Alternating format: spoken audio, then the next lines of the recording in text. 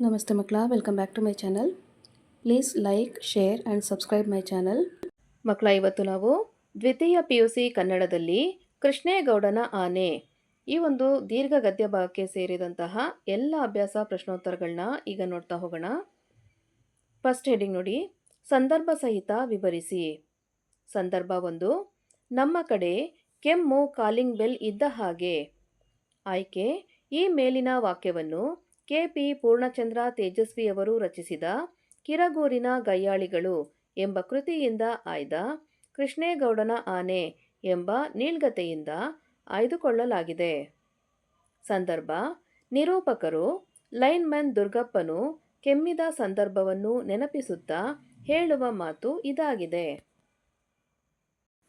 ವಿವರಣೆ, ನಿರೂಪಕರು ಹಳೆಯ ಫೋರ್ಡ್ ಜೀಪಿನ ಗೇರು ಬಾಕ್ಸನ್ನು ಅದರ ಅಡಿ ಬಿದ್ದುಕೊಂಡು ರಿಪೇರಿ ಮಾಡುತ್ತಿರುತ್ತಾರೆ.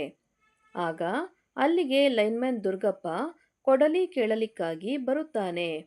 ಬಂದವನಿಗೆ ನಿರೂಪಕರನ್ನು ಹೇಗೆ ಮಾತನಾಡಿಸುವುದು ಎಂದು ತಿಳಿಯದೆ ಒಂದೆರಡು ಬಾರಿ ಕೆಮ್ಮುತ್ತಾನೆ. ಆತನ ಕೆಮ್ಮನ್ನು ಗಮನಿಸಿದ ನಿರೂಪಕರು ಈ ಮೇಲಿನಂತೆ ಹೇಳುತ್ತಾರೆ. ಸಂದರ್ಭ 2, ಆನೆ ಸಾಕುವುದು ಎಂದರೆ ಎಲೆಕ್ಷನ್ನಿಗೆ ನಿಂತ ಹಾಗೆ. ಆಯ್ಕೆ, ಈ ವಾಕ್ಯವನ್ನು KP ಪೂರ್ಣಚಂದ್ರ ತೇಜಸ್ವಿಯವರು ರಚಿಸಿದ ಕಿರಗೂರಿನ ಗಯ್ಯಾಳಿಗಳು ಎಂಬ ಕೃತಿಯಿಂದ ಆಯ್ದ ಕೃಷ್ಣೇಗೌಡನ ಆನೆ ಎಂಬ ನೀಳ್ಗತೆಯಿಂದ ಆರಿಸಿಕೊಳ್ಳಲಾಗಿದೆ.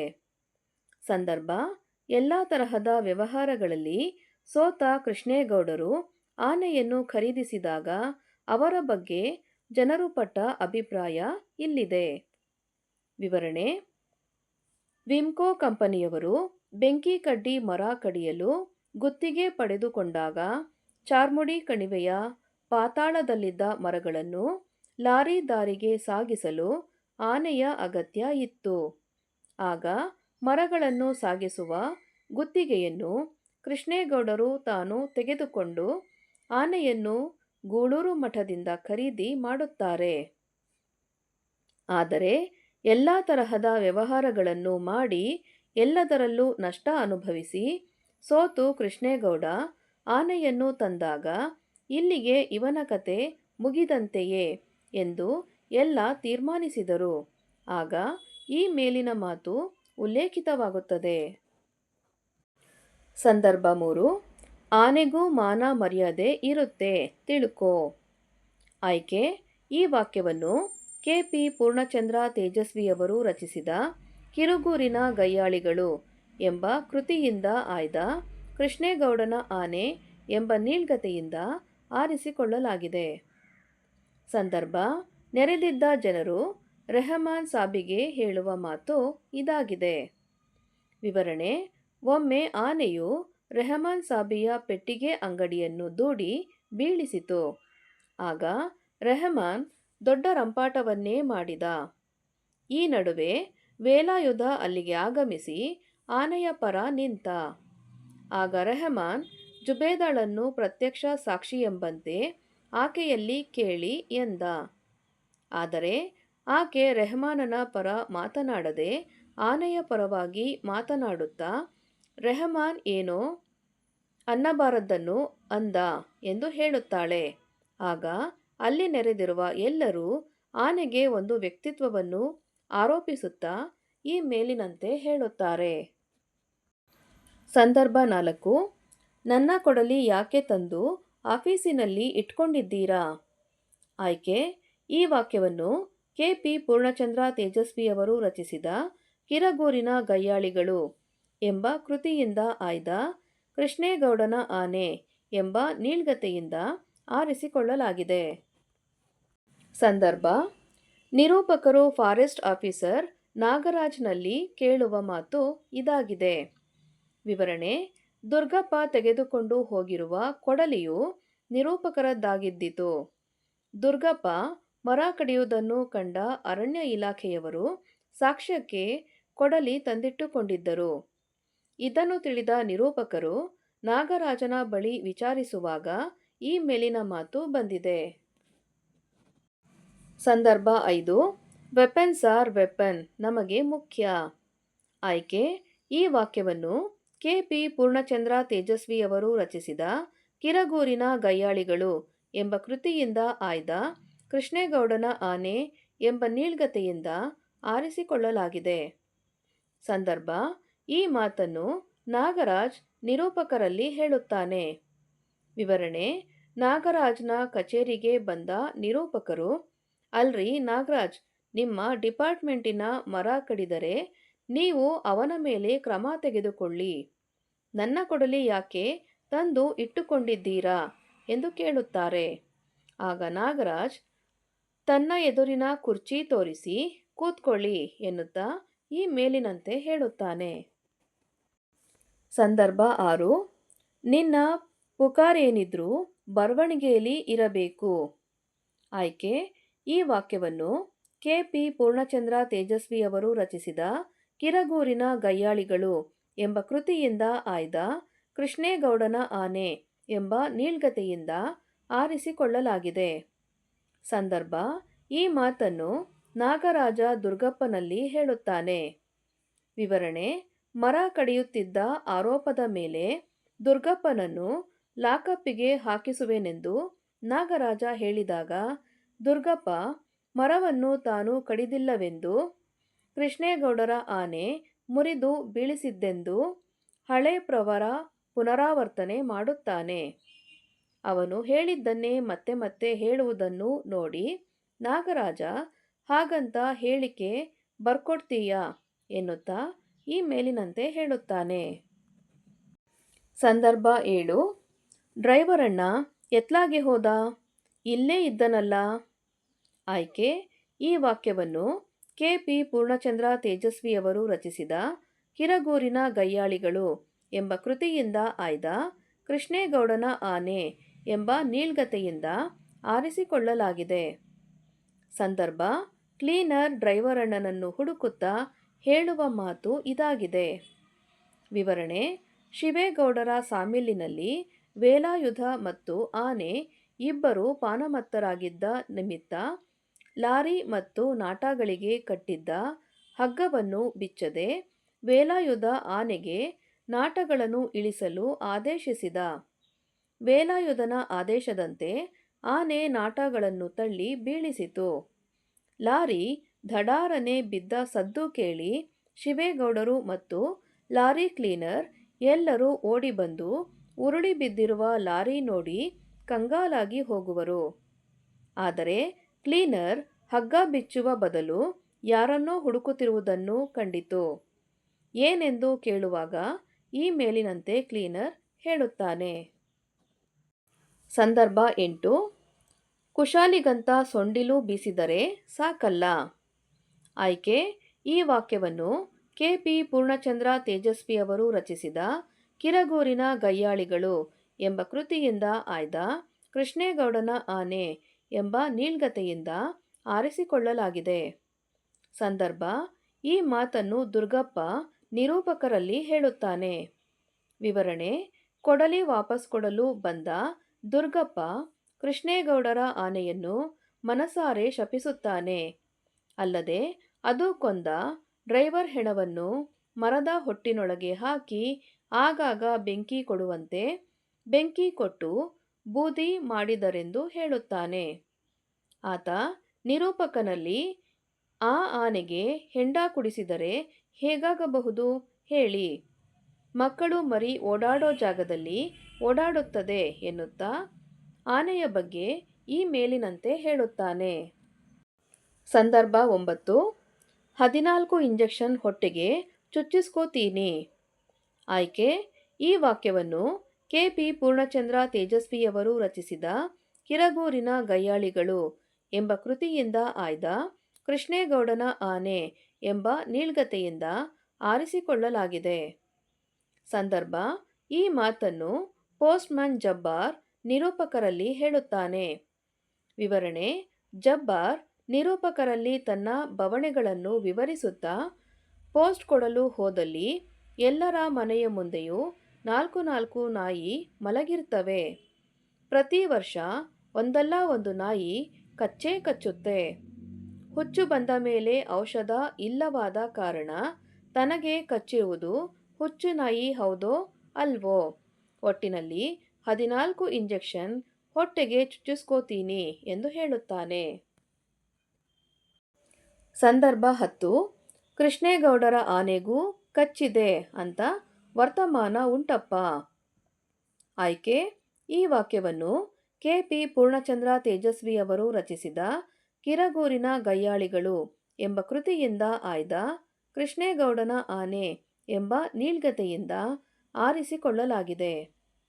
ಸಂದರ್ಭ: ಈ ಮಾತನ್ನು ಪುಟ್ಟಯ್ಯ ನಿರೂಪಕರಲ್ಲಿ ಹೇಳುತ್ತಾನೆ. ವಿವರಣೆ: ಪುಟ್ಟಯ್ಯನು ನಿರೂಪಕರ ಬಳಿ ಮಾತನಾಡುತ್ತಾ, ನಿನ್ನೆ ಒಂದು ಹುಚ್ಚುನಾಯಿ 7 ಜನಕ್ಕೆ 16 ದನಗಳಿಗೆ ಕಚ್ಚಿದೆ. ಅವರಿಗೆಲ್ಲ ಎಲ್ಲಿಂದ ಇಂಜೆಕ್ಷನ್ ಸಪ್ಲೈ ಮಾಡಬೇಕಾಗುತ್ತೆ ಹೇಳಿ ಎಂದು ಹೇಳುತ್ತಾ ಕೊಂಚ ದನಿ ತಗ್ಗಿಸಿ, ಕೃಷ್ಣೇಗೌಡರ ಆನೆಗೂ ಕಚ್ಚಿದೆ ಎಂದು ವರ್ತಮಾನ ಉಂಟಪ್ಪ ಎಂದು ಹೇಳುತ್ತಾನೆ. ಸಂದರ್ಭ 11. ನಂಗೇನು ಈ ನಾಯಿಗಳನ್ನು ಕಂಡರೆ ಪ್ರೀತಿನಾ ಸ್ವಾಮಿ? ಆಯ್ಕೆ: ಈ ವಾಕ್ಯವನ್ನು ಕೆ.ಪಿ. ಪೂರ್ಣಚಂದ್ರ ತೇಜಸ್ವಿಯವರು ರಚಿಸಿದ ಕಿರಗೂರಿನ ಗಯ್ಯಾಳಿಗಳು ಎಂಬ ಕೃತಿಯಿಂದ ಆಯ್ದ ಕೃಷ್ಣೇಗೌಡನ ಆನೆ ಎಂಬ ನೀಳ್ಗತೆಯಿಂದ ಆರಿಸಿಕೊಳ್ಳಲಾಗಿದೆ.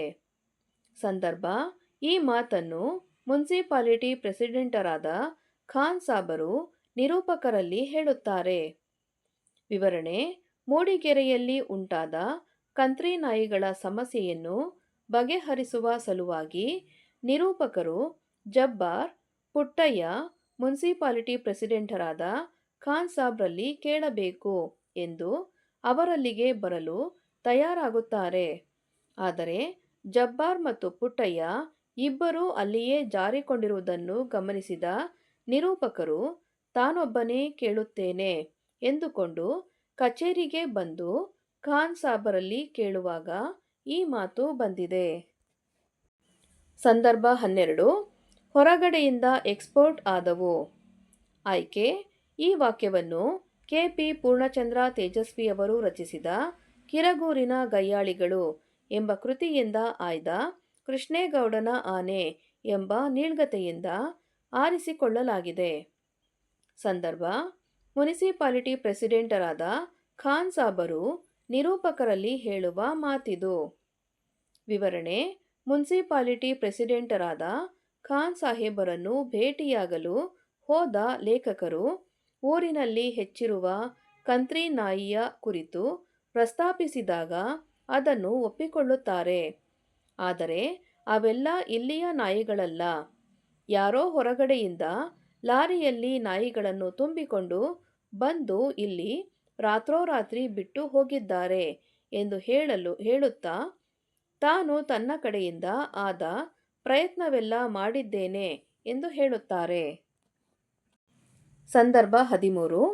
ಮುನ್ಸಿಪಾಲ್ ಪ್ರೆಸಿಡೆಂಟರಾಗಿ ಊರನ್ನು ಸ್ವಚ್ಛವಾಗಿಡೋದು ನಿಮ್ಮ ಕರ್ತವ್ಯ. ಆಯ್ಕೆ: ಈ ವಾಕ್ಯವನ್ನು ಕೆ.ಪಿ. ಪೂರ್ಣಚಂದ್ರ ತೇಜಸ್ವಿಯವರು ರಚಿಸಿದ ಕಿರಗೂರಿನ ಗಯ್ಯಾಳಿಗಳು ಎಂಬ ಕೃತಿಯಿಂದ ಆಯ್ದ ಕೃಷ್ಣೇಗೌಡನ ಆನೆ ಎಂಬ ನೀಳ್ಗತೆಯಿಂದ ಆರಿಸಿಕೊಳ್ಳಲಾಗಿದೆ. ಸಂದರ್ಭ: ಈ ಮಾತನ್ನು ನಿರೂಪಕರು ಮುನ್ಸಿಪಾಲಿಟಿ ಪ್ರೆಸಿಡೆಂಟ್ ಖಾನ್ ಸಾಬರಲ್ಲಿ ಹೇಳುತ್ತಾರೆ. ವಿವರಣೆ: ಕಂತ್ರಿ ನಾಯಿಗಳು ಹೆಚ್ಚಾಗಿರುವ ಪ್ರಸ್ತಾಪವನ್ನು ಖಾನ್ ಸಾಬರು ಹಿಂದೂ ಮುಸ್ಲಿಂ ಧರ್ಮದೊಂದಿಗೆ ಗಂಟು ಹಾಕುತ್ತಿದ್ದಾರೆಂದು ನಿರೂಪಕರಿಗೆ ಅನ್ನಿಸಿತು. ಆದ್ದರಿಂದ ನಿರೂಪಕರು ತನ್ನ ಜವಾಬ್ದಾರಿಯನ್ನು ಸರಿಯಾಗಿ ನಿರ್ವಹಿಸದೆ ಧರ್ಮಗಳ ಕಾರಣ ಕೊಡುತ್ತಿರುವ ಖಾನ್ ಸಾಬರಿಗೆ ಕರ್ತವ್ಯ ಪ್ರಜ್ಞೆಯನ್ನು ನೆನಪಿಸುತ್ತಾ ಈ ಮೇಲಿನಂತೆ ಹೇಳುತ್ತಾರೆ. ಸಂದರ್ಭ 14. ಕಂಬದ ಮೇಲೆ ಯಾಕೋ ಕೈಲಾಸ ಕಂಡ ಹಾಗೆ ಇದೆಯಲ್ಲ. ಆಯ್ಕೆ: ಈ ಮೇಲಿನ ವಾಕ್ಯವನ್ನು ಕೆ.ಪಿ. ಪೂರ್ಣಚಂದ್ರ ತೇಜಸ್ವಿಯವರು ರಚಿಸಿದ ಕಿರಗೂರಿನ ಗಯ್ಯಾಳಿಗಳು ಎಂಬ ಕೃತಿಯಿಂದ ಆಯ್ದ ಕೃಷ್ಣೇಗೌಡನ ಆನೆ ಎಂಬ ನೀಳ್ಗತೆಯಿಂದ ಆಯ್ದುಕೊಳ್ಳಲಾಗಿದೆ. ಸಂದರ್ಭ: ಈ ಮಾತನ್ನು lineman Shankarappa junior engineer Ramesh ಬಾಬುವಿನ ಹತ್ತಿರ ಹೇಳುತ್ತಾನೆ. ವಿವರಣೆ: ಟೆಲಿಫೋನ್ ಲೈನ್ ಸರಿ ಮಾಡಲು ಹೋದ ತಿಪ್ಪಣ್ಣನ ಸುದ್ದಿ ಇಲ್ಲದಾಗ ರಮೇಶ್ ಬಾಬು ತಿಪ್ಪಣ್ಣನ ಸೋಮಾರಿತನವನ್ನು ಶಪಿಸುತ್ತಾ ಲೈನ್ಮನ್ ಶಂಕರಪ್ಪನನ್ನು ಕರೆದುಕೊಂಡು ನುಗ್ಗೇಹಳ್ಳಿ ಲೈನ್ ನೋಡುತ್ತಾ ಹೊರಡುತ್ತಾನೆ. ಅಲ್ಲಿ ಜಂಕ್ಷನ್ ಬಾಕ್ಸ್ ಇದ್ದ 17ನೇ ಕಂಬದ ಮೇಲೆ ಕುಳಿತಿದ್ದ ತಿಪ್ಪಣ್ಣ ಕೂಗಿದರೂ ಕರೆದರೂ ಮಾತನಾಡದೇ ಇದ್ದಾಗ ಶಂಕರಪ್ಪ ಆತನನ್ನು ನೋಡಿ ಕೈಯಲ್ಲಿದ್ದ ತಂತಿ ಮೇಲಿಂದಲೇ ಆಫೀಸಿಗೆ ಮಾತನಾಡುವ ಫೋನ್ ಕೆಳಗಿಡುತ್ತಾ "ಏನ್ ಸಾರ್ ಇದು? ಏನಾಯ್ತು ಇವನಿಗೆ?" ಎನ್ನುತ್ತಾ ತನ್ನ ಇಂಜಿನಿಯರ್ ರಮೇಶ್ ಬಾಬುವನ್ನು ನೋಡಿ ಈ ಮೇಲಿನಂತೆ ಹೇಳುತ್ತಾನೆ. ಸಂದರ್ಭ 15. ಈ ಕಂಬದೊಳಗೆ ಏನೋ ಸೇರ್ಕೊಂಡಿದೆ. ಆಯ್ಕೆ: ಈ ಮೇಲಿನ ವಾಕ್ಯವನ್ನು ಕೆ. ಪಿ. ಪೂರ್ಣಚಂದ್ರ ತೇಜಸ್ವಿಯವರು ರಚಿಸಿದ ಕಿರಗೂರಿನ ಗಯ್ಯಾಳಿಗಳು ಎಂಬ ಕೃತಿಯಿಂದ ಆಯ್ದ ಕೃಷ್ಣೇಗೌಡನ ಆನೆ ಎಂಬ ನೀಳ್ಗತೆಯಿಂದ ಆಯ್ದುಕೊಳ್ಳಲಾಗಿದೆ. ಸಂದರ್ಭ: ಲೈನ್ಮನ್ ಶಂಕರಪ್ಪ ಇಂಜಿನಿಯರ್ ರಮೇಶ್ ಬಾಬುವಿನಲ್ಲಿ ಹೇಳುವ ಮಾತಿದು.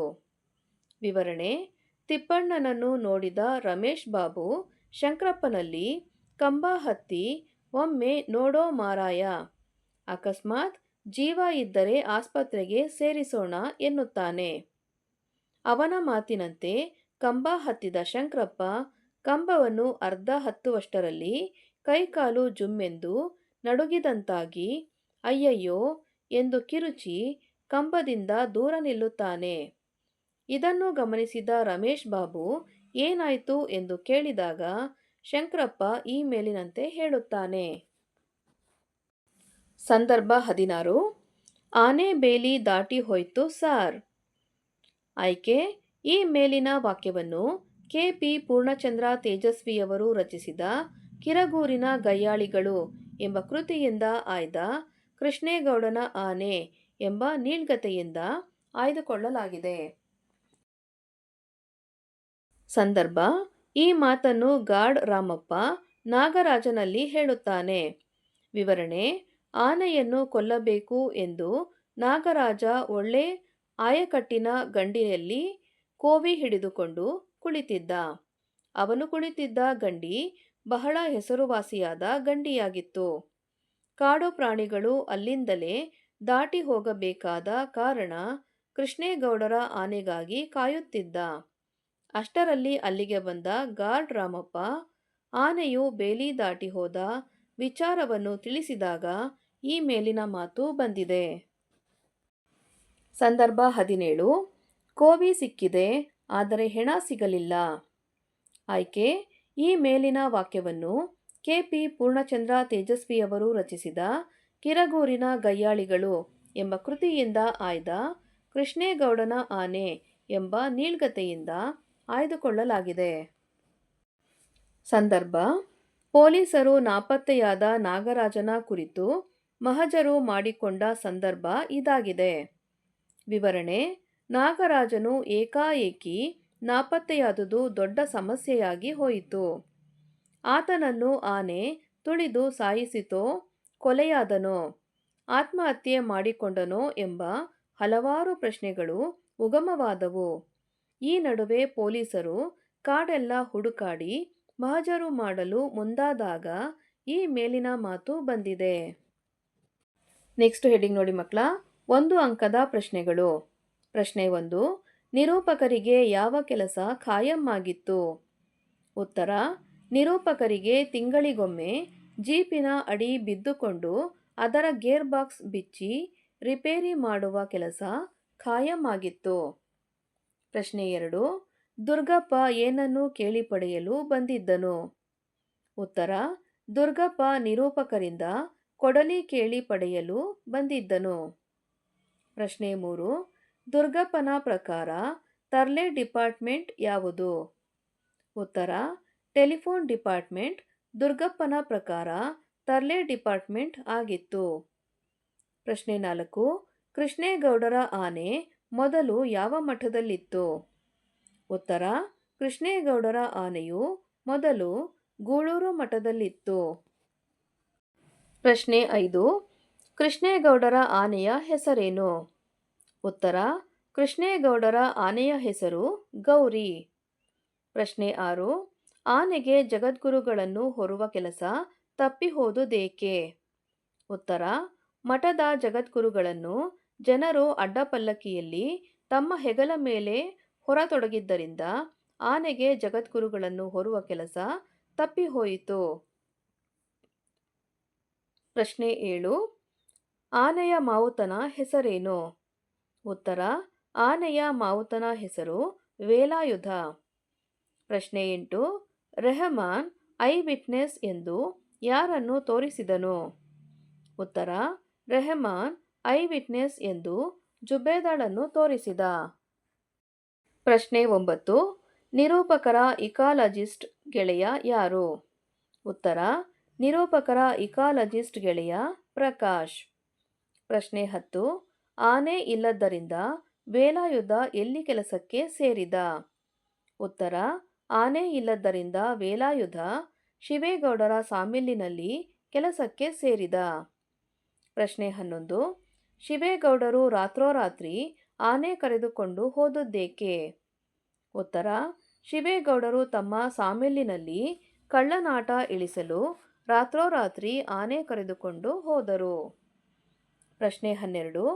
ಪೋಸ್ಟ್ಮ್ಯಾನ್ ಜಬ್ಬಾರನಿಗೆ ಒದಗಿದ ತೊಂದರೆ ಏನು? ಉತ್ತರ: ಪೋಸ್ಟ್ಮ್ಯಾನ್ ಜಬ್ಬಾರನಿಗೆ ಒದಗಿದ ತೊಂದರೆ ಎಂದರೆ ಪೋಸ್ಟ್ ಕೊಡುವುದಲ್ಲದೆ ಪ್ರತಿದಿನ ಪೋಸ್ಟ್ ಬಾಕ್ಸ್ ಇರುವವರೆಗೂ ಹೋಗಿ ಪೋಸ್ಟ್ ಸಂಗ್ರಹಿಸಿ ಹೆಡ್ ಆಫೀಸಿಗೆ ಕೊಡಬೇಕಾಗಿತ್ತು. ಪ್ರಶ್ನೆ 13. ಜಬ್ಬಾರ್ ವೆಟರ್ನರಿ ಆಸ್ಪತ್ರೆಗೆ ಬರಲು ಕಾರಣವೇನು? ಉತ್ತರ: ನಾಯಿ ಕಚ್ಚಿದ್ದರಿಂದ ಇಂಜೆಕ್ಷನ್ ತೆಗೆದುಕೊಳ್ಳಲು ಜಬ್ಬಾರ್ ವೆಟರ್ನರಿ ಆಸ್ಪತ್ರೆಗೆ ಬಂದಿದ್ದ. ಪ್ರಶ್ನೆ 14. ಮುನ್ಸಿಪಾಲಿಟಿ ಪ್ರೆಸಿಡೆಂಟರ ಹೆಸರೇನು? ಉತ್ತರ: ಮುನ್ಸಿಪಾಲಿಟಿ ಪ್ರೆಸಿಡೆಂಟರ ಹೆಸರು ಖಾನ್ ಸಾಹೇಬ್. ಪ್ರಶ್ನೆ 15. ನಿರೂಪಕರ ಪ್ರಕಾರ ಮುನ್ಸಿಪಾಲಿಟಿ ಪ್ರೆಸಿಡೆಂಟರ ಕರ್ತವ್ಯ ಯಾವುದು? ಉತ್ತರ: ನಿರೂಪಕರ ಪ್ರಕಾರ ಮುನ್ಸಿಪಾಲಿಟಿ ಪ್ರೆಸಿಡೆಂಟರ ಕರ್ತವ್ಯ ಊರನ್ನು ಸ್ವಚ್ಛವಾಗಿಡೋದು. ಪ್ರಶ್ನೆ 16. ಟೆಲಿಫೋನ್ ಕಂಬದ ಮೇಲೆ ಮೃತನಾದ ಲೈನ್ಮನ್ ಯಾರು? ಉತ್ತರ: ಟೆಲಿಫೋನ್ ಕಂಬದ ಮೇಲೆ ಮೃತನಾದ ಲೈನ್ಮನ್ ತಿಪ್ಪಣ್ಣ. ಪ್ರಶ್ನೆ 17. ಟೆಲಿಫೋನ್ ಸಿಬ್ಬಂದಿ ಯಾರ ವಿರುದ್ಧ ಮುಷ್ಕರ ಹೂಡಿದರು? ಉತ್ತರ: ಟೆಲಿಫೋನ್ ಸಿಬ್ಬಂದಿ ವಿದ್ಯುತ್ ಇಲಾಖೆಯ ವಿರುದ್ಧ ಮುಷ್ಕರ ಹೂಡಿದರು. ಪ್ರಶ್ನೆ 18. ಯಾವ ವಿಷಯ ಪ್ರಸ್ತಾಪಿಸಲು ಲೇಖಕರು ಮೀಟಿಂಗಿಗೆ ಹೋಗಿದ್ದರು? ಉತ್ತರ: ಮೂಡಿಗೆರೆಯಲ್ಲಿ ಇರುವ ಕಂತ್ರಿ ನಾಯಿಗಳ ಕಾಟವನ್ನು ಪ್ರಸ್ತಾಪಿಸಲೆಂದು ಲೇಖಕರು ಮೀಟಿಂಗಿಗೆ ಹೋಗಿದ್ದರು. ಪ್ರಶ್ನೆ 19. ರೇಂಜರ್ ಆನೆಗೆ ಶೂಟ್ ಮಾಡುವಂತೆ ಯಾರಿಗೆ ಸೂಚಿಸಿದರು? ಉತ್ತರ: ರೇಂಜರ್ ಆನೆಗೆ ಶೂಟ್ ಮಾಡುವಂತೆ ಫಾರೆಸ್ಟ್ ಆಫೀಸರ್ ನಾಗರಾಜನಿಗೆ ಸೂಚಿಸಿದರು. ಪ್ರಶ್ನೆ 20. ಆನೆ ಶಾಸ್ತ್ರದವನು ಏನೆಂದು ಭವಿಷ್ಯ ನುಡಿದಿದ್ದನು? ಉತ್ತರ: ಆನೆ ಶಾಸ್ತ್ರದವನು ಈ ಆನೆಯಿಂದ 5 ಜನ ಪ್ರಾಣ ಕಳೆದುಕೊಳ್ಳುತ್ತಾರೆಂದು ಭವಿಷ್ಯ ನುಡಿದಿದ್ದನು. ಪ್ರಶ್ನೆ 21. ನಾಗರಾಜ ಕೋವಿ ಹಿಡಿದು ಎಲ್ಲಿ ಕುಳಿತಿದ್ದ? ಉತ್ತರ: ನಾಗರಾಜ ಕೃಷ್ಣೇಗೌಡರ ತೋಟದ ಬೇಲಿ ಮೂಲೆಯಲ್ಲಿ ಬಿಳಿ ಬೂರುಗದ ಮರದ ಕೆಳಗೆ ಒಳ್ಳೆ ಆಯಕಟ್ಟಿನ ಗಂಡಿಯಲ್ಲಿ ಕೋವಿ ಹಿಡಿದು ಕುಳಿತಿದ್ದ. ಪ್ರಶ್ನೆ 22. ಪೊಲೀಸರು ಏನೆಂದು ಮಹಜರು ಬರೆದುಕೊಂಡರು? ಉತ್ತರ: ಪೊಲೀಸರು ಕಾಡೆಲ್ಲ ಹುಡುಕಾಡಿ ಕೊನೆಗೆ ನಾಗರಾಜನ ಕೋವಿ ಸಿಕ್ಕಿದೆ, ಆದರೆ ಹೆಣ ಸಿಗಲಿಲ್ಲ ಎಂದು ಮಹಜರು ಬರೆದುಕೊಂಡರು. ನೆಕ್ಸ್ಟ್ ಹೆಡ್ಡಿಂಗ್ ನೋಡಿ ಮಕ್ಕಳ. 2 ಅಂಕದ ಪ್ರಶ್ನೆಗಳು ಅಥವಾ 2-3 ವಾಕ್ಯಗಳಲ್ಲಿ ಉತ್ತರಿಸಿ. ಪ್ರಶ್ನೆ 1. ನಮ್ಮ ಕಡೆ ಕೆಮ್ಮುವುದು ಕಾಲಿಂಗ್ ಬೆಲ್ ಇದ್ದ ಹಾಗೆ ಎಂದು ನಿರೂಪಕರು ಹೇಳುವುದೇಕೆ? ಉತ್ತರ: ಮನೆ ಬಳಿ ಬಂದವರು ಗಮನ ಸೆಳೆಯಲು ಕೆಮ್ಮುವುದು, ಕ್ಯಾಕರಿಸುವುದು ಮಾಡಿ ಗಲಾಟೆ ಮಾಡುತ್ತಿದ್ದರು. ಬಹುಶಃ ಭಾಷೆ ಉಪಯೋಗಿಸಿ ಕರೆಯಬೇಕೆಂದುದಾದರೆ ಮನೆಯವರ ಹೆಸರೇನು? ಹೆಸರು ಹಿಡಿದು ಕರೆಯಬೇಕೋ, ಸ್ವಾಮಿ ಎನ್ನಬೇಕೋ, ಬಹುವಚನ ಉಪಯೋಗಿಸಬೇಕೋ, ಏಕವಚನವೋ? ಭಾಷೆ ಉಪಯೋಗಿಸಿ ಕರೆಯಬೇಕೆಂದಾದಲ್ಲಿ ಹಲವು ಬಿಕ್ಕಟ್ಟುಗಳನ್ನು ಎದುರಿಸಬೇಕು. ಅದರ ಬದಲು ಒಂದೆರಡು ಸಾರಿ ಕೆಮ್ಮಿದರೆ ಈ ಎಲ್ಲ ತೊಂದರೆಗಳೇ ಇರುವುದಿಲ್ಲ ಎನ್ನುವುದು ನಿರೂಪಕರ ಅಭಿಪ್ರಾಯ. ಪ್ರಶ್ನೆ 2. ದುರ್ಗಪ್ಪ ಏಕೆ ಬಂದಿರಬಹುದೆಂದು ನಿರೂಪಕರು ಯೋಚಿಸಿದರು? ಉತ್ತರ: ನಿರೂಪಕರು ದುರ್ಗಪ್ಪನ ಮಾತುಗಳನ್ನು ಕೇಳಿದಾಗ ಏನೂ ಕೆಲಸವಿಲ್ಲದೆ ಆತ ಪುರುಸೊತ್ತಾಗಿದ್ದ ಎಂದು ಅರ್ಥ ಬರುತ್ತಿತ್ತು. ಹಾಗಿದ್ದರೆ ಏನೋ ಇನಾಮು ಕೇಳಲೋ ಅಥವಾ ಚಂದ ವಸೂಲಿಗೋ ಇಲ್ಲವೇ ಮನೆ ಉಪಯೋಗಕ್ಕೆ ಕಾಫಿ ಬೀಜವನ್ನೋ ಏಲಕ್ಕಿಯನ್ನೋ ಕೇಳಲು ಈ ರೀತಿ ಪೀಠಿಕೆ ಹಾಕಿರಬಹುದೆಂದು ಯೋಚಿಸಿದರು. ಪ್ರಶ್ನೆ 3. ಕೃಷ್ಣೇಗೌಡರ ಆನೆ ಹುಟ್ಟಿ ಬೆಳೆದ ಬಗೆ ಹೇಗೆ? ಉತ್ತರ: ಕೃಷ್ಣೇಗೌಡರ ಆನೆ ಕಾಡಿನಿಂದ ಹಿಡಿದು ತಂದ ಪಳಗಿಸಿದ ಆನೆಯಲ್ಲ. ಘಟ್ಟದ ಕೆಳಗಿದ್ದ ಗೂಳೂರು ಮಠದ ಆನೆ. ಹಾಕಿದ ಮರಿಯೇ ಇದಾಗಿತ್ತು. ಇದು ಹುಟ್ಟಿದ್ದು ಬೆಳೆದದ್ದು ಎಲ್ಲ ಜನಗಳ ನಡುವೆಯೇ. ಹಾಗಾಗಿ ಅದಕ್ಕೆ ಕಾಡಿನ ಬಗ್ಗೆಯಾಗಲಿ ಕಾಡಿನಲ್ಲಿರುವ ಇತರ ಕಾಡಾನೆಗಳ ಬಗ್ಗೆಯಾಗಲಿ ಏನೂ ತಿಳುವಳಿಕೆ ಇರಲಿಲ್ಲ. ಪ್ರಶ್ನೆ 4. ಮಠದವರಿಗೆ ಆನೆಗಿಂತ ವೇಲಾಯುಧನನ್ನು ಸಾಕಲು ತ್ರಾಸವಾದುದೇಕೆ? ಉತ್ತರ: ಮಠದವರಿಗೆ ಆನೆಗಿಂತ ವೇಲಾಯುಧನನ್ನು ಸಾಕಲು ತ್ರಾಸದಾಯಕವಾಗಿತ್ತು. ಏಕೆಂದರೆ 24 ಗಂಟೆಯೂ ಕುಡಿದೇ ಇರುತ್ತಿದ್ದ. ಅಲ್ಲದೆ ಮಠದ ಸಾತ್ವಿಕ ವಾತಾವರಣಕ್ಕೂ ದೊಡ್ಡ ತಲೆನೋವಾಗಿದ್ದ. ಒಮ್ಮೆ ಆತನ ದುರ್ನಡತೆಗಾಗಿ ಛೀಮಾರಿ ಹಾಕಿಸಿ ಓಡಿಸಿದಾಗ ಆನೆ ಅನೇಕ ದಿನಗಳವರೆಗೆ ಯಾರ ಮಾತನ್ನೂ ಕೇಳದೆ ಊಟವನ್ನು ವರ್ಜಿಸಿತ್ತು. ಆನೆ ಇರುವವರೆಗೆ ತನ್ನ ಅನಿವಾರ್ಯತೆಯನ್ನು ಮನಗಂಡ ವೇಲಾಯುಧ ಮಠಕ್ಕೆ ಇನ್ನಷ್ಟು ಕಿರುಕುಳ ಕೊಡಲಾರಂಭಿಸಿದ. ಪ್ರಶ್ನೆ 5. ಆನೆ ಸಾಕುವುದರ ಬಗ್ಗೆ ಜನರ ನಂಬಿಕೆ ಏನಾಗಿತ್ತು? ಉತ್ತರ: ಆನೆ ಸಾಕುವುದು ಎಂದರೆ ಎಲೆಕ್ಷನ್ನಿಗೆ ನಿಂತ ಹಾಗೆ. ಮನೆ ಮಠ ಸಂಪೂರ್ಣ ಹಾಳು ಮಾಡಿಕೊಂಡು ಹೆಂಡತಿ ಮಕ್ಕಳ ಬಾಯಿಗೆ ಮಣ್ಣು ಹಾಕುವ ಕ್ಷಿಪ್ರ ಮಾರ್ಗ ಇದೆಂದು ಎಲ್ಲರೂ ದೃಢವಾಗಿ ನಂಬಿದ್ದರು. ಪ್ರಶ್ನೆ 6. ಸೊರಗಿದ್ದ ಆನೆಯನ್ನು ಕೃಷ್ಣೇಗೌಡ ಹೇಗೆ ಸಾಕಿದ? ಉತ್ತರ: ಮಠದಲ್ಲಿ ಬರೀ ಒಣಹುಲ್ಲು ಮೊಸರನ್ನ ತಿಂದು ಸೊರಗಿದ್ದ ಆನೆಗೆ ಬಯನೆ ಸೊಪ್ಪು, ಹಸಿ ಹುಲ್ಲು, ಹಿಂಡಿ, ಬೆಲ್ಲ, ಗೆಣಸು ಎಲ್ಲ ಕೊಟ್ಟು ಕೃಷ್ಣೇಗೌಡ ಪಗಡುದಸ್ತಾಗಿ ಬೆಳೆಸಿದ. ಆನೆ ಮರ ಎಳೆದು ತಂದ ಬಾಡಿಗೆಯಿಂದ ಕೃಷ್ಣೇಗೌಡನಿಗೆ ಒಳ್ಳೆಯ ಲಾಭವೂ ಕೂಡ ಬಂತು. ಪ್ರಶ್ನೆ 7. ಕಾಡಾನೆಗಳ ಹಾವಳಿಗೆ ಪ್ರಕಾಶ್ ನೀಡಿದ ಕಾರಣಗಳೇನು? ಉತ್ತರ: ಅಪ್ಪರ್ ಭದ್ರಾ ಅಣೆಕಟ್ಟಿನಿಂದ ಮುಳುಗಡೆಯಾಗುವ ಕಾಡುಗಳನ್ನು ಸರ್ವೆ ಮಾಡಲು ಬಂದಿದ್ದ ಇಕಾಲಜಿಸ್ಟ್ ಪ್ರಕಾಶ್ ಮೂಡಿಗೆರೆಯಲ್ಲಿ ಒಂದು ಭಾಷಣ ಮಾಡುತ್ತಾ ಕಾಡಾನೆಗಳ ಹಾವಳಿಗೆ ಕಾರಣ ಅರಣ್ಯ ಇಲಾಖೆಯವರು ಕಾಡಿನ ಮರಗಳನ್ನು ತೆಗೆದು ನೀಲಗಿರಿ, ಅಕೇಶಿಯಾ ಮುಂತಾದ ಆನೆಗಳಿಗೆ ನಿರುಪಯುಕ್ತವಾದುದನ್ನು ನೆಡುತ್ತಿರುವುದು ಎಂಬುದು. ಪ್ರಶ್ನೆ 8. ಫಾರೆಸ್ಟ್ ಡಿಪಾರ್ಟ್ಮೆಂಟಿನವರು ನಂಬರ್ 1 ಎನಿಮಿಗಳು ಯಾರು? ಉತ್ತರ: ಫಾರೆಸ್ಟ್ ಡಿಪಾರ್ಟ್ಮೆಂಟನವರಿಗೆ 3 ಡಿಪಾರ್ಟ್ಮೆಂಟುಗಳು ನಂಬರ್ 1 ಎನಿಮಿಗಳು. PWDಯವರು ಕರೆಂಟಿನವರು, ಟೆಲಿಫೋನಿನವರು. PWDನವರು ರಸ್ತೆಗೆ ಟಾರು ಹಾಕಲು ಮರನೆಲ್ಲ ಕಡಿದು ಟಾರು ಕಾಯಿಸ್ಕೋತಾರೆ. ಟೆಲಿಫೋನಿನವರು ಕರೆಂಟಿನವರು ಲೈನ್ ಎಳಿತೀವಿ ಅಂತ ಸಾವಿರಾರು ಎಕರೆ ಕಾಡು ಕಡಿದು ಹಾಳು ಮಾಡುತ್ತಾರೆ ಎನ್ನುವುದಾಗಿ ಫಾರೆಸ್ಟ್ ಆಫೀಸರ್ ನಾಗರಾಜ ಹೇಳುತ್ತಾನೆ. ಪ್ರಶ್ನೆ 9. ನಾಗರಾಜ ದುರ್ಗಪ್ಪನ ಮೇಲೆ ಏನೆಂದು ರೇಗಿದನು?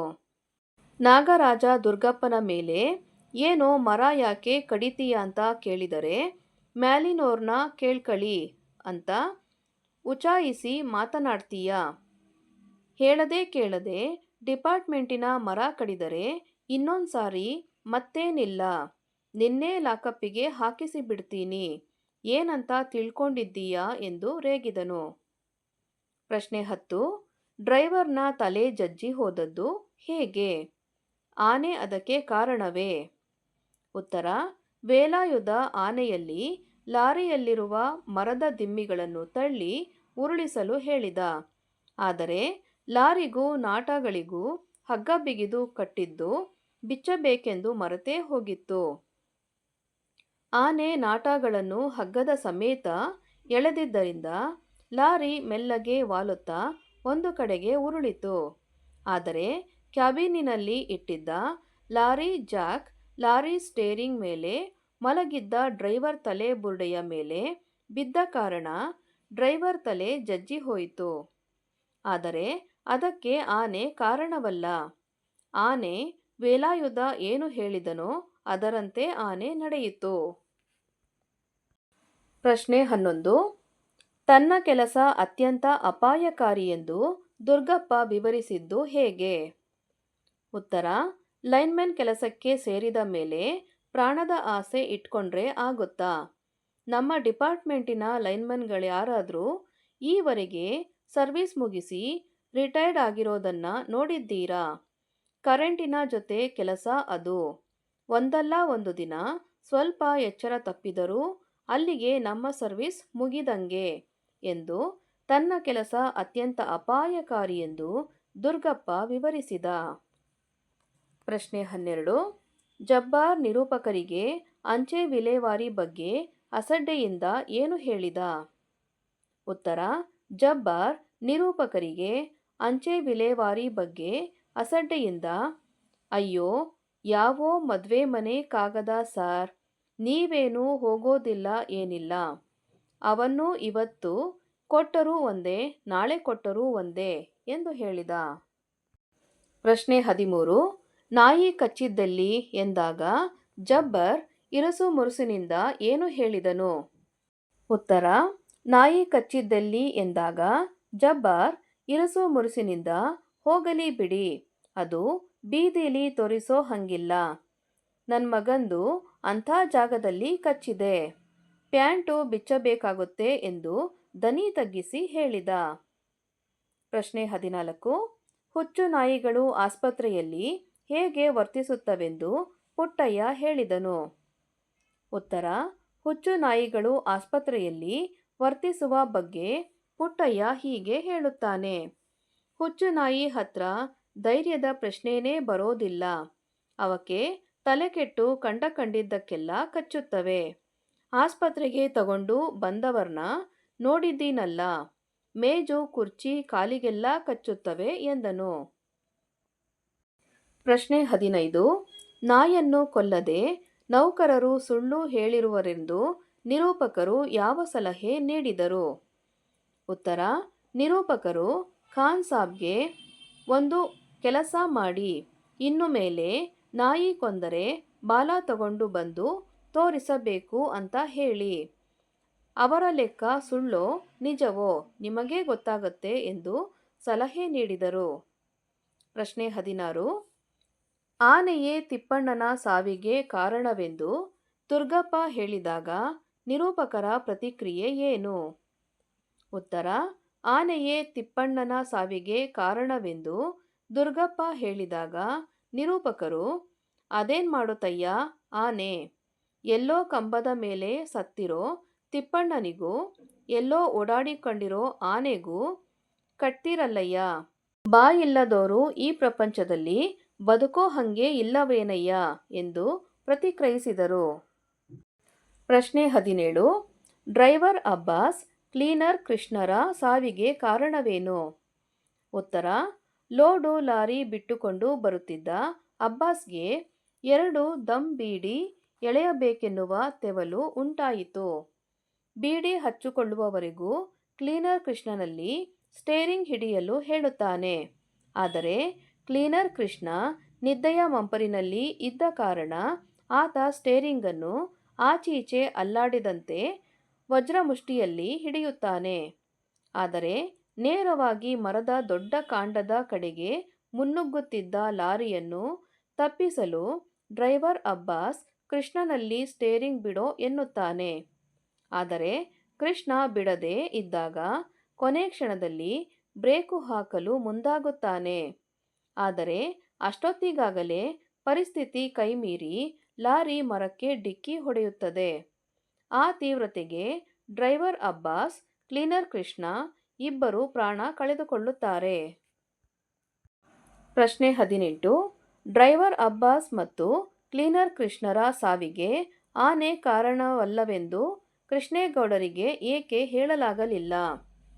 ಉತ್ತರ: ಡ್ರೈವರ್ ಅಬ್ಬಾಸ್ ಮತ್ತು ಕ್ಲೀನರ್ ಕೃಷ್ಣರ ಸಾವಿಗೆ ಆನೆ ಕಾರಣವಲ್ಲವೆಂದು ಕೃಷ್ಣೇಗೌಡರಿಗೆ ಹೇಳಲಾಗಲಿಲ್ಲ. ಏಕೆಂದರೆ ಅವರಿಬ್ಬರು ಸತ್ತ ಸಮಯದಲ್ಲಿ ವೇಲಾಯುಧ ಆನೆಯ ಜೊತೆಗೆ ಶಿವೇಗೌಡರ ಸಾಮಿಲ್ಲಿನಲ್ಲಿ ಲಾರಿ ತರುವ ಕಳ್ಳನಾಟಕ್ಕಾಗಿ ಕಾಯುತ್ತಾ ನಿಂತಿದ್ದ. ಆದರೆ ಈ ವಿಷಯ ಹೇಳುವುದು ಅಸಾಧ್ಯವಾಗಿತ್ತು, ಏಕೆಂದರೆ ಅದು ಕಳ್ಳತನದ ವ್ಯವಹಾರವಾಗಿತ್ತು. ಪ್ರಶ್ನೆ 19. ಆನೆಯನ್ನು ಹದ್ದುಬಸ್ತಿನಲ್ಲಿಡುವುದರ ಬಗ್ಗೆ ವೇಲಾಯುಧನ ಅಪ್ಪ ಏನು ತಿಳಿಸಿದ್ದ? ಉತ್ತರ: ಆನೆಯನ್ನು ಹದ್ದುಬಸ್ತಿನಲ್ಲಿಡುವುದರ ಬಗ್ಗೆ ವೇಲಾಯುಧನ ಅಪ್ಪ ಹೀಗೆ ಹೇಳಿದ್ದ: ಆನೆಯ ಕಾಲಿನ ಉಗುರುಗಳ ಬಳಿ ಅಂಕುಶದಿಂದ ತಿವಿದರೆ ಅದಕ್ಕೆ ಪ್ರಾಣವೇ ಹೋಗುವಷ್ಟು ನೋವಾಗುತ್ತದೆಂದು. ಈ ಭಯಂಕರ ನೋವಿಗೆ 4 ಸಾರಿ ತಿವಿಯುವುದರೊಳಗೆ ಎಂಥ ಪುಂಡು ಆನೆಯಾದರೂ ಶರಣಾಗಿ ನೆಲದ ಮೇಲೆ ಮಲಗಿಬಿಡುತ್ತದೆಂದು ಹೇಳಿದ್ದ. ಪ್ರಶ್ನೆ 20. ಅರಣ್ಯ ಇಲಾಖೆಯವರು ನಾಗರಾಜನನ್ನು ಕುರಿತು ಏನೆಂದು ಜಾಹೀರಾತು ನೀಡಿದರು? ಉತ್ತರ: ಅರಣ್ಯ ಇಲಾಖೆಯವರು ನಾಗರಾಜನ ಫೋಟೋವನ್ನು ಪತ್ರಿಕೆಗಳಲ್ಲಿ ಕೊಟ್ಟು ಮನೆಯವರು, ಮೇಲಧಿಕಾರಿಗಳು ಹಾಗೂ ಊರಿನ ಜನರೆಲ್ಲ ನಿನ್ನದೇ ನಿರೀಕ್ಷೆಯಲ್ಲಿದ್ದಾರೆಂದು, ನಿನ್ನ ವಿರುದ್ಧ ಯಾವುದೇ ಕ್ರಮ ಅಥವಾ ಶೋಕಾಸ್ ನೋಟಿಸು ಅಥವಾ ತನಿಖೆ ನಡೆಸುವುದಿಲ್ಲವೆಂದು ಈ ಮನವಿ ನೋಡಿದ ಕೂಡಲೇ ಎಲ್ಲಿದ್ದರೂ ಹಿಂದಿರುಗಿ ಬರತಕ್ಕದ್ದೆಂದು ಜಾಹೀರಾತು ನೀಡಿದರು. ನೆಕ್ಸ್ಟ್ ಹೆಡಿಂಗ್ ನೋಡಿ ಮಕ್ಕಳ. 4 ಅಂಕಗಳ ಪ್ರಶ್ನೆಗಳು. ಪ್ರಶ್ನೆ 1. ದುರ್ಗಪ್ಪ ನಿರೂಪಕರ ಬಳಿಗೆ ಬಂದ ಸಂದರ್ಭವನ್ನು ವಿವರಿಸಿ. ಉತ್ತರ: ದುರ್ಗಪ್ಪ ಎಲೆಕ್ಟ್ರಿಕ್ ಡಿಪಾರ್ಟ್ಮೆಂಟ್ನ ಲೈನ್ಮ್ಯಾನ್ ಆಗಿದ್ದನು. ಈತ ನಿರೂಪಕರ ಬಳಿಗೆ ಬಂದಾಗ ನಿರೂಪಕರು ಜೀಪಿನ ಅಡಿಯಲ್ಲಿ ಮಲಗಿಕೊಂಡು ಜೀಪು ರಿಪೇರಿ ಮಾಡುತ್ತಿದ್ದರು. ಅಲ್ಲಿಂದ ಅವರಿಗೆ 2 ಖಾಕಿ ಪ್ಯಾಂಟುಧಾರಿ ಕಾಲುಗಳು ಅವರತ್ತ ಬರುವುದು ಕಾಣಿಸಿತು. ಬಂದಾತ ನಿರೂಪಕರು ಗಮನಿಸಿಲ್ಲವೆಂದು ಒಂದೆರಡು ಬಾರಿ ಕೆಮ್ಮಿದ. ಏಕೆಂದರೆ ನಿರೂಪಕರ ಊರಿನಲ್ಲಿ ಕೆಮ್ಮು ಕಾಲಿಂಗ್ ಬೆಲ್ ಇದ್ದ ಹಾಗೆ. ಯಾರೆಂದು ನಿರೂಪಕರು ಕೇಳಿದಾಗ ನಾನು ಲೈನ್ಮನ್ ಸ್ವಾಮಿ ಎನ್ನುತ್ತಾನೆ. ಯಾರು ಲೈನ್ಮನ್? ತಿಪ್ಪಣ್ಣನೇನಯ್ಯ ಎಂದಾಗ ಥು ಟೆಲಿಫೋನ್ ಡಿಪಾರ್ಟ್ಮೆಂಟ್ ಅಲ್ಲ ಸ್ವಾಮಿ, ನಾವು ಕರೆಂಟಿನೋರು. ನಾನು ಲೈನ್ಮನ್ ದುರ್ಗಪ್ಪ ಸ್ವಾಮಿ ಎನ್ನುತ್ತಾನೆ. ಆಗ ನಿರೂಪಕರು ಅದ್ಯಾಕೆ ಟೆಲಿಫೋನ್ ಡಿಪಾರ್ಟ್ಮೆಂಟ್ಗೆ ಥೂ ಅಂತೀಯ ಎಂದಾಗ ಅದೊಂದು ತರ್ಲೆ ಡಿಪಾರ್ಟ್ಮೆಂಟ್ ಅಲ್ಲವಾ ಸಾರ್, ನಮ್ಮ ತಂತಿ ತರಬ್ಯಾಡ್ರಿ, ಟೆಲಿಫೋನ್ ಗೊರ ಅನ್ನುತ್ತೆ, ಹಾಗೆ ಹೀಗೆ ಅಂತೆಲ್ಲ ದಿನಾ ನಮ್ ಜೊತೆ ಪುಕಾರ್ ತೆಗಿತಾನೇ ಇರ್ತಾರೆ. ಜೀಪಿನ ಅಡಿಯಿಂದ ಹೊರಬಂದ ನಿರೂಪಕರು ಹಾಗಾದರೆ ಮತ್ತೇಕೆ ಬಂದೆ ಎಂದು ನಿರೂಪಕರು ಕೇಳಿದಾಗ ಸುಮ್ಮನೆ ಬಂದೆ ಎಂದು ಹೇಳಿದ. ಅವನ ಮಾತು ಕೇಳಿದರೆ ಏನೂ ಕೆಲಸವಿಲ್ಲದೆ ಪುರುಸೊತ್ತಾಗಿದ್ದರಿಂದ ಇಲ್ಲಿಯವರೆಗೂ ಬಂದಿದ್ದಾನೆಂದು ಅರ್ಥ ಬರುತ್ತಿತ್ತು. ಹಾಗಿದ್ದರೆ ಏನೋ ಇನಾಮು ಕೇಳಲೋ ಅಥವಾ ಚಂದ ವಸೂಲಿಗೋ ಇಲ್ಲವೇ ಮನೆ ಉಪಯೋಗಕ್ಕೆ ಕಾಫಿ ಬೀಜವನ್ನೋ ಏಲಕ್ಕಿಯನ್ನೋ ಕೇಳಲು ಈ ರೀತಿ ಪೀಠಿಕೆ ಹಾಕಿರಬಹುದೆಂದು ಯೋಚಿಸಿದರು. ಆತ ಬಂದ ವಿಷಯ ಹೇಳದೇ ಇದ್ದಾಗ ನಿರೂಪಕರೇ ಬಾಯಿ ಬಿಡಿಸಲು ಮುಂದಾಗುತ್ತಾರೆ. ಆಗ ಆತ ಏನಿಲ್ಲ, ಸ್ವಲ್ಪ ಕೊಡಲಿ ಇದ್ರೆ ಬೇಕಿತ್ತು ಸ್ವಾಮಿ, ಒಂದು ಮರ ಮುರ್ಕೊಂಡು ತಂತಿ ಮೇಲೆ ಬಿದ್ದಿದೆ, ಅದನ್ನು ಕಡಿದು ಲೈನ್ ಕ್ಲಿಯರ್ ಮಾಡಲು ಕೊಡಲಿ ಬೇಕಾಗಿತ್ತೆಂದು ಕೃಷ್ಣೇಗೌಡರ ಆನೆಯದೇ ಕೆಲಸವೆಂದು ಕೊಡಲಿ ತಗೊಂಡು ಹೋಗುತ್ತಾನೆ. ಪ್ರಶ್ನೆ 2. ನಿರೂಪಕರು ಕೊಡಲಿ ವಸೂಲಿ ಮಾಡಲು ಹೋಗಲಿಲ್ಲವೇಕೆ ವಿವರಿಸಿ. ಉತ್ತರ: ದುರ್ಗಪ್ಪ ಕೊಡಲಿ ತಗೊಂಡು ನಿರ್ಗಮಿಸಿದವ ಮತ್ತೆ ಬರಲೇ ಇಲ್ಲ. 3-4 ದಿನವಾದರೂ ದುರ್ಗಪ್ಪನೂ ಪತ್ತೆಯಿಲ್ಲ, ಕೊಡಲಿಯೂ ಪತ್ತೆಯಿಲ್ಲ. ಆ ಕೊಡಲಿಯಾದರೋ ಸುಳ್ಳು ಹೇಳಿ ಕದ್ದುಕೊಂಡು ಹೋಗಬೇಕಾದಷ್ಟು ಅಮೂಲ್ಯವಾದುದೇನೂ ಅಲ್ಲ. ಕೆರೆ ಕೆಲಸಕ್ಕೆಂದು ಬಂದಿದ್ದ ಮಣ್ಣು ಒಡ್ಡರು ಅಗೆಯುವಾಗ ಅಡ್ಡಾಗುವ ಬೇರುಗಳನ್ನು ಕಡಿಯಲೆಂದು ನನ್ನ ಕೊಡಲಿ ತಗೊಂಡು ಕಲ್ಲು ಮಣ್ಣು ನೋಡದೆ ಎರ್ರಾಬಿರ್ರಿ ಜಪ್ಪಿ ಅದರ ಹಿಂಭಾಗ ಯಾವುದು ಮುಂಭಾಗ ಯಾವುದು ಗೊತ್ತಾಗದಷ್ಟು ಹಾಳು ಮಾಡಿದ್ದರು. ಈಗ ಅದನ್ನು ಸುತ್ತಿಗೆ ಎಂದು ಸಹ ಕರೆಯಬಹುದಿತ್ತು. ಅದರಲ್ಲಿ ದುರ್ಗಪ್ಪ ಹೇಗೆ ಮರ ಕಡಿಯುತ್ತಾನೋ ಗೊತ್ತಾಗಲಿಲ್ಲ. ಏನೇ ಇರಲಿ, ಅದನ್ನು ಅವನೇ ಹುಡುಕಿ ತಗೊಂಡು ಹೋಗಿದ್ದರಿಂದ ಮೊಂಡು ಕೊಡಲಿ ಕೊಟ್ಟಿದ್ದಕ್ಕೆ ನನ್ನನ್ನು ಅವನು ದೂಷಿಸುವಂತೆ ಇರಲಿಲ್ಲ. ಅದನ್ನು ಅವನು ಅಕಸ್ಮಾತ್ ಕದ್ದರೂ ನನಗೇನು ಕೊಡಲಿ ಹೋಯ್ತೆಂದು ದುಃಖವಾಗುತ್ತಿರಲಿಲ್ಲ. ಹಾಗಾಗಿ ನಾನು ದುರ್ಗಪ್ಪನನ್ನು ಹುಡುಕಿ ಕೊಡಲಿ ವಸೂಲಿ ಮಾಡುವ ಗೋಜಿಗೆ ಹೋಗಲಿಲ್ಲ. ಪ್ರಶ್ನೆ 3. ಕೃಷ್ಣೇಗೌಡರ ಆನೆ ಹುಟ್ಟಿ ಬೆಳೆದ ಬಗೆಯನ್ನು ವಿವರಿಸಿ. ಉತ್ತರ: ಕೃಷ್ಣೇಗೌಡರ ಆನೆ ಕಾಡಿನಿಂದ ಹಿಡಿದು ತಂದು ಪಳಗಿಸಿದ ಆನೆ ಅಲ್ಲ. ಘಟ್ಟದ ಕೆಳಗಿದ್ದ ಗೂಳೂರು ಮಠದ ಆನೆ ಹಾಕಿದ ಮರಿಯೇ ಕೃಷ್ಣೇಗೌಡರ ಬಳಿಯಿದ್ದ ಆನೆ. ಇದು ಹುಟ್ಟಿದ್ದು ಬೆಳೆದಿದ್ದು ಎಲ್ಲ ಊರಿನಲ್ಲಿ ಜನಗಳ ನಡುವೆಯೇ. ಹಾಗಾಗಿ ಅದಕ್ಕೆ ಕಾಡಿನ ಬಗ್ಗೆಯಾಗಲಿ ಕಾಡಿನಲ್ಲಿರುವ ಇತರ ಕಾಡಾನೆಗಳ ಬಗ್ಗೆಯಾಗಲಿ ಏನೂ ತಿಳುವಳಿಕೆ ಇರಲಿಲ್ಲವೆಂದು ಕಾಣುತ್ತದೆ. ಅದು ಮೂಡಿಗೆರೆಯ ಪೇಟೆಗೆ ಎಷ್ಟೊಂದು ಒಗ್ಗಿತ್ತೆಂದರೆ ಯಾವ ಲಂಗು ಲಗಾಮಿಲ್ಲದೆ ದನಕರುಗಳ ರೀತಿಯಲ್ಲಿ ಪೇಟೆಯೊಳಗೆ ತಿರುಗಿಕೊಂಡಿರುತ್ತಿತ್ತು. ಸ್ಕೂಲು ಮಕ್ಕಳು ಅದರ ಹತ್ತಿರ ಬರಲು ಹೆದರುತ್ತಿದ್ದವಾದರೂ ಅವರು ದೂರದಿಂದಲೇ ಗೌರಿ ಎಂದು ಕೂಗಿದರೆ ಸಾಕು, ಸೊಂಡಿಲೆತ್ತಿ ಸಲಾಂ ಮಾಡುತ್ತಿತ್ತು. ದಾರಿ ಬದಿಯ ಪೆಟ್ಟಿಗೆ ಅಂಗಡಿಗಳವರು ಹಣ್ಣು, ಖರ್ಚಾದ ಬಾಳೆಗೊನೆಗಳ ದಿಂಡು, ಸಿಪ್ಪೆಗಳನ್ನು, ಜಜ್ಜಿದ ಹಾಳಾದ ಹಣ್ಣುಗಳನ್ನು ಅದಕ್ಕೆ ಕೊಡಲು ಇಟ್ಟಿರುತ್ತಿದ್ದರು. ಈ ಆನೆ ಖಾಯಮ್ಮಾಗಿ ಎಲ್ಲ ಪೆಟ್ಟಿಗೆ ಅಂಗಡಿಗಳ ಬಳಿಗೂ ಹೋಗಿ ಅವನ್ನೆಲ್ಲ ಸೊಂಡಿಲಲ್ಲಿ ತಗೊಂಡು ತಿನ್ನುತ್ತಿತ್ತು. ಪ್ರಶ್ನೆ 4.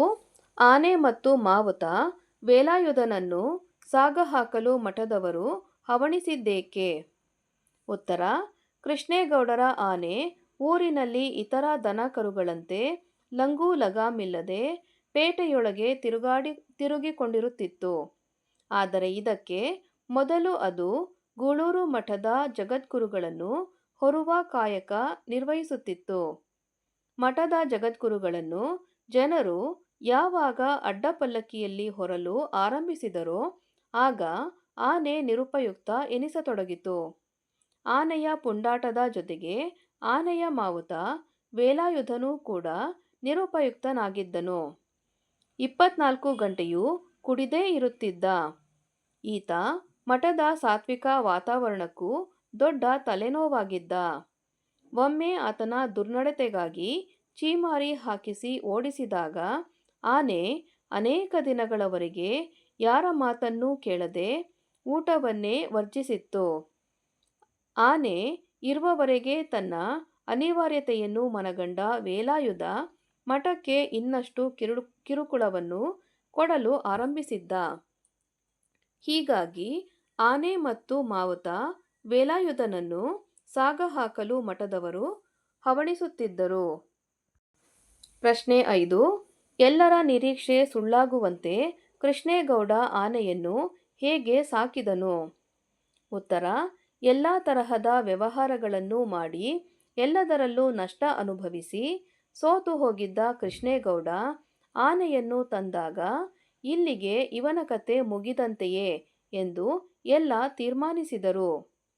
ಆನೆ ಸಾಕುವುದು ಎಂದರೆ ಎಲೆಕ್ಷನ್ನಿಗೆ ನಿಂತ ಹಾಗೆ. ಮನೆ ಮಠ ಸಂಪೂರ್ಣ ಹಾಳು ಮಾಡಿಕೊಂಡು ಹೆಂಡತಿ ಮಕ್ಕಳ ಬಾಯಿಗೆ ಮಣ್ಣು ಹಾಕುವ ಕ್ಷಿಪ್ರ ಮಾರ್ಗ ಇದೆಂದು ಎಲ್ಲರೂ ದೃಢವಾಗಿ ನಂಬಿದ್ದರು. ಆದರೆ ಆಗಿದ್ದು ಇದರ ತದ್ವಿರುದ್ಧ.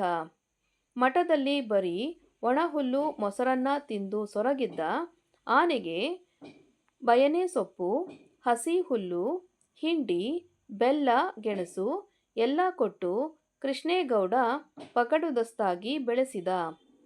ಆನೆ ಮರ ಎಳೆದು ತಂದ ಬಾಡಿಗೆಯಿಂದ ಕೃಷ್ಣೇಗೌಡನಿಗೆ ಒಳ್ಳೆಯ ಲಾಭವೂ ಕೂಡ ಬಂತು. ಕೃಷ್ಣೇಗೌಡ ದುಡ್ಡಿನ ಮುಖ ನೋಡಿದ್ದೇ ಆನೆ ಬಂದ ಮೇಲಿಂದ.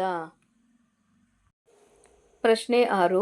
ಕಾಡಾನೆಗಳ ಹಾವಳಿ ನಿರೂಪಕರಿಗೆ ಅನುಭವಕ್ಕೆ ಬಂದದ್ದು ಹೇಗೆ? ಉತ್ತರ: ಒಮ್ಮೆ ನಿರೂಪಕರು ಮನೆ ನಲ್ಲಿಗೆ ಹಾಕಿದ್ದ ಪೈಪ್ನಲ್ಲಿ ನೀರು ಬರುವುದು ನಿಂತು ಹೋಯಿತು. ಮನೆಯ ಪಕ್ಕದ ಗುಡ್ಡದ ಮೇಲಿನ ಒರತೆಗೆ ನೇರ ಪೈಪು ಹಾಕಿ ನೀರು ಬರುವಂತೆ ಮಾಡಿಕೊಂಡಿದ್ದರು. ಪೈಪಿನೊಳಗೆ ಆಗೀಗ ಕಪ್ಪೆಗಳೋ ನೀರು ಹಾವುಗಳೋ ನುಗ್ಗಿ ಸಿಕ್ಕಿಕೊಂಡು ನೀರು ಬರಲು ಅಡಚಣೆ ಒಡ್ಡುತ್ತಿದ್ದವೇನೋ ಎಂಬುದು ಅವರ ಊಹೆ ಆಗಿತ್ತು. ಹಾಗೇ ಆಗಿರಬಹುದೆಂದು ತಿಳಿದು ಪೈಪಿನ ಉದ್ದಕ್ಕೂ ನೋಡುತ್ತಾ ಹೋದರು. ಕೊಂಚ ದೂರದೊಳಗೆ ಪೈಪು ಇಡಲು ಮಾಡಿದ್ದ ದಾರಿಯೆಲ್ಲ ಗುಂಡಿ ಬಿದ್ದು ಪೈಪುಗಳು ಪುಡಿಪುಡಿಯಾಗಿ ಗುಂಡಿಯ ಒಳಗೆ ಹುದುಗಿ ಹೋಗಿದ್ದು ಕಾಣಿಸಿತು. ಗುಂಡಿಗಳೊಳಗೆಲ್ಲ ನೀರು ತುಂಬಿಕೊಂಡಿತ್ತು. ತೇವದ ನೆಲದಲ್ಲಿ ಆನೆಗಳ ಹೆಜ್ಜೆ ಇಟ್ಟರೆ ಸಣ್ಣ ಸಣ್ಣ ಬಾವಿಗಳೇ ನಿರ್ಮಾಣವಾಗುತ್ತವೆಂದಾಗಲಿ, ಪೈಪುಗಳು ಪುಡಿಪುಡಿಯಾಗಿ ಪಾತಾಳದವರೆಗೆ ಹುಗಿದು ಹೋಗುತ್ತವೆಂದಾಗಲಿ ನಿರೂಪಕರಿಗೆ ಅಂದಾಜೇ ಇರಲಿಲ್ಲ. ಎಲ್ಲರೂ ಆನೆ ಕಾಟ ಎಂದು ಕೂಗಾಡುವವರೆಗೂ ನಿರೂಪಕರು ಮಾತ್ರ ಯಾರೋ ಒಬ್ಬ ಮನುಷ್ಯ ಈ ಕೆಲಸ ಮಾಡಿರಬೇಕೆಂದು ಯೋಚಿಸುತ್ತಿದ್ದರು. ಹೀಗೆ ಕಾಡಾನೆಗಳ ಹಾವಳಿ ನಿರೂಪಕರಿಗೆ ಅನುಭವಕ್ಕೆ ಬಂತು. ಪ್ರಶ್ನೆ 7. ಅರಣ್ಯ ಇಲಾಖೆಯ ಶತ್ರುಗಳ ಕಾರ್ಯಭಾರವನ್ನು ನಾಗರಾಜ ವಿವರಿಸಿದ್ದು ಹೇಗೆ? ಉತ್ತರ: ಒಮ್ಮೆ ನಿರೂಪಕರು ದುರ್ಗಪ್ಪನಿಂದ ವಶಪಡಿಸಿಕೊಂಡ ಕೊಡಲಿಯನ್ನು ಬಿಡಿಸಿತರುವ ಸಲುವಾಗಿ ಫಾರೆಸ್ಟ್ ಆಫೀಸರ್ ನಾಗರಾಜನ ಬಳಿಗೆ ಹೋಗಿದ್ದರು. ಇದನ್ನು ಅರಿತ ನಾಗರಾಜ ನಿರೂಪಕರಲ್ಲಿ ಹೀಗೆ ಹೇಳುತ್ತಾನೆ: ನೋಡಿ ಸಾರ್, ಬೆಳ್ಳಗಿರೋದೆಲ್ಲ ಹಾಲು ಅಂತ ನಂಬೋರು ನೀವು. ಇದೆಲ್ಲ ನೀವು ಹೇಳ್ತಿರೋ ಅಷ್ಟು ಸಿಂಪಲ್ ಆಗಿಲ್ಲ ಸಾರ್. ನೀವೇಗೆ ಕೇಳ್ತಿರೋದ್ರಿಂದ ವಿಧಿ ಇಲ್ಲದೆ ಹೇಳ್ತಿದ್ದೇನೆ. PWDಯವರು, ಕರೆಂಟಿನವರು, ಟೆಲಿಫೋನಿನವರು ಈ 3 ಡಿಪಾರ್ಟ್ಮೆಂಟುಗಳು ನಮಗೆ ಎನಿಮಿ ನಂಬರ್ 1.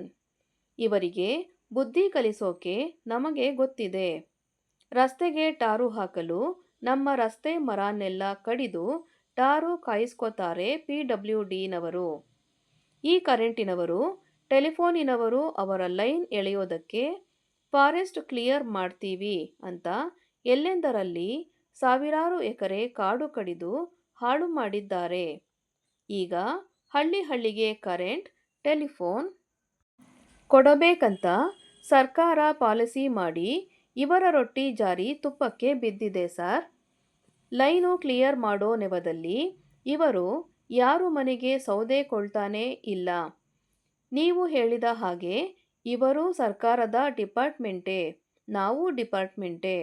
ಆದರೆ ಇವರನ್ನು ಹೀಗೆ ಬಾಲ ಬಿಚ್ಚೋದಕ್ಕೆ ಬಿಟ್ರೆ ಫಾರೆಸ್ಟ್ ಡಿಪಾರ್ಟ್ಮೆಂಟು ಬಾಗಿಲು ಮುಚ್ಚಬೇಕಾಗುತ್ತೆ. ಇವರಿಗೆ ಬುದ್ಧಿ ಕಲಿಸಬೇಕೋ ಬೇಡವೋ ನೀವೇ ಹೇಳಿ ಎಂದು ನಾಗರಾಜ ಅರಣ್ಯ ಇಲಾಖೆಯ ಶತ್ರುಗಳ ಕಾರ್ಯಭಾರವನ್ನು ವಿವರಿಸಿದನು. ಪ್ರಶ್ನೆ 8. ನಿದ್ರೆ ಮಂಪರಿನಲ್ಲಿದ್ದ ಡ್ರೈವರ್ ಪರಂಧಾಮಕ್ಕೆ ಹೋದ ಸಂದರ್ಭವನ್ನು ವಿವರಿಸಿ. ಉತ್ತರ: ಒಂದು ದಿನ ಶಿವೇಗೌಡರ ಸಾಮಿಲ್ಲಿನಲ್ಲಿ ಕಳ್ಳನಾಟ ಇಳಿಸಲು ರಾತ್ರೋರಾತ್ರಿ ಆನೆ ಕರೆದುಕೊಂಡು ಹೋದರಂತೆ. ಈಚೆಗೆ ಮರ ಕಡಿಯುವುದರ ಬಗ್ಗೆ, ನಾಟ ಸಾಗಿಸುವುದರ ಬಗ್ಗೆ ಸರ್ಕಾರದ ಕಾನೂನು ನಿಬಂಧನೆಗಳು ವಿಪರೀತ ಬಿಗಿಯಾದ್ದರಿಂದ ಸಾಮಿಲ್ಲಿನವರ ಅರ್ಧಕ್ಕರ್ಧ ಕೆಲಸವೆಲ್ಲ ರಾತ್ರಿಯೇ ನಡೆಯುತ್ತಿದ್ದುದು. ಆನೆಯ ಮಾವುತ ಇಬ್ಬರು ತಮ್ಮ ತಮ್ಮ ಕೋಟ ಶರಾಬು ಕುಡಿದು ಬಿಗಿಯಾಗಿದ್ದರು. ವೇಲಾಯುಧನಿಗೆ ರಾತ್ರಿ ಸಹ ಕೆಲಸ ಮಾಡಬೇಕಲ್ಲ ಎಂದು ಸಿಟ್ಟೇ ಬಂದಿತ್ತು. ಸಾಮಿಲ್ಲಿನ ಒಳಗೆ ಲೋಡು ಲಾರಿ ನಿಂತಿತ್ತು. ಕ್ಲೀನರ್ ನಾಯರ್ ಹೋಟೆಲಿನಲ್ಲಿ ಚಾ ಕುಡಿದು ಬರಲು ಹೋಗಿದ್ದ. ಡ್ರೈವರ್ ಒಬ್ಬನೇ ನಿದ್ರೆ ಮಂಪರಿನಲ್ಲಿ ತೂಕಡಿಸುತ್ತಾ ಸ್ಟೇರಿಂಗ್ ಚಕ್ರದ ಮೇಲೆ ತಲೆ ವಾಲಿಸಿಕೊಂಡು ಅರೆ ನಿದ್ರೆಯಲ್ಲಿದ್ದ.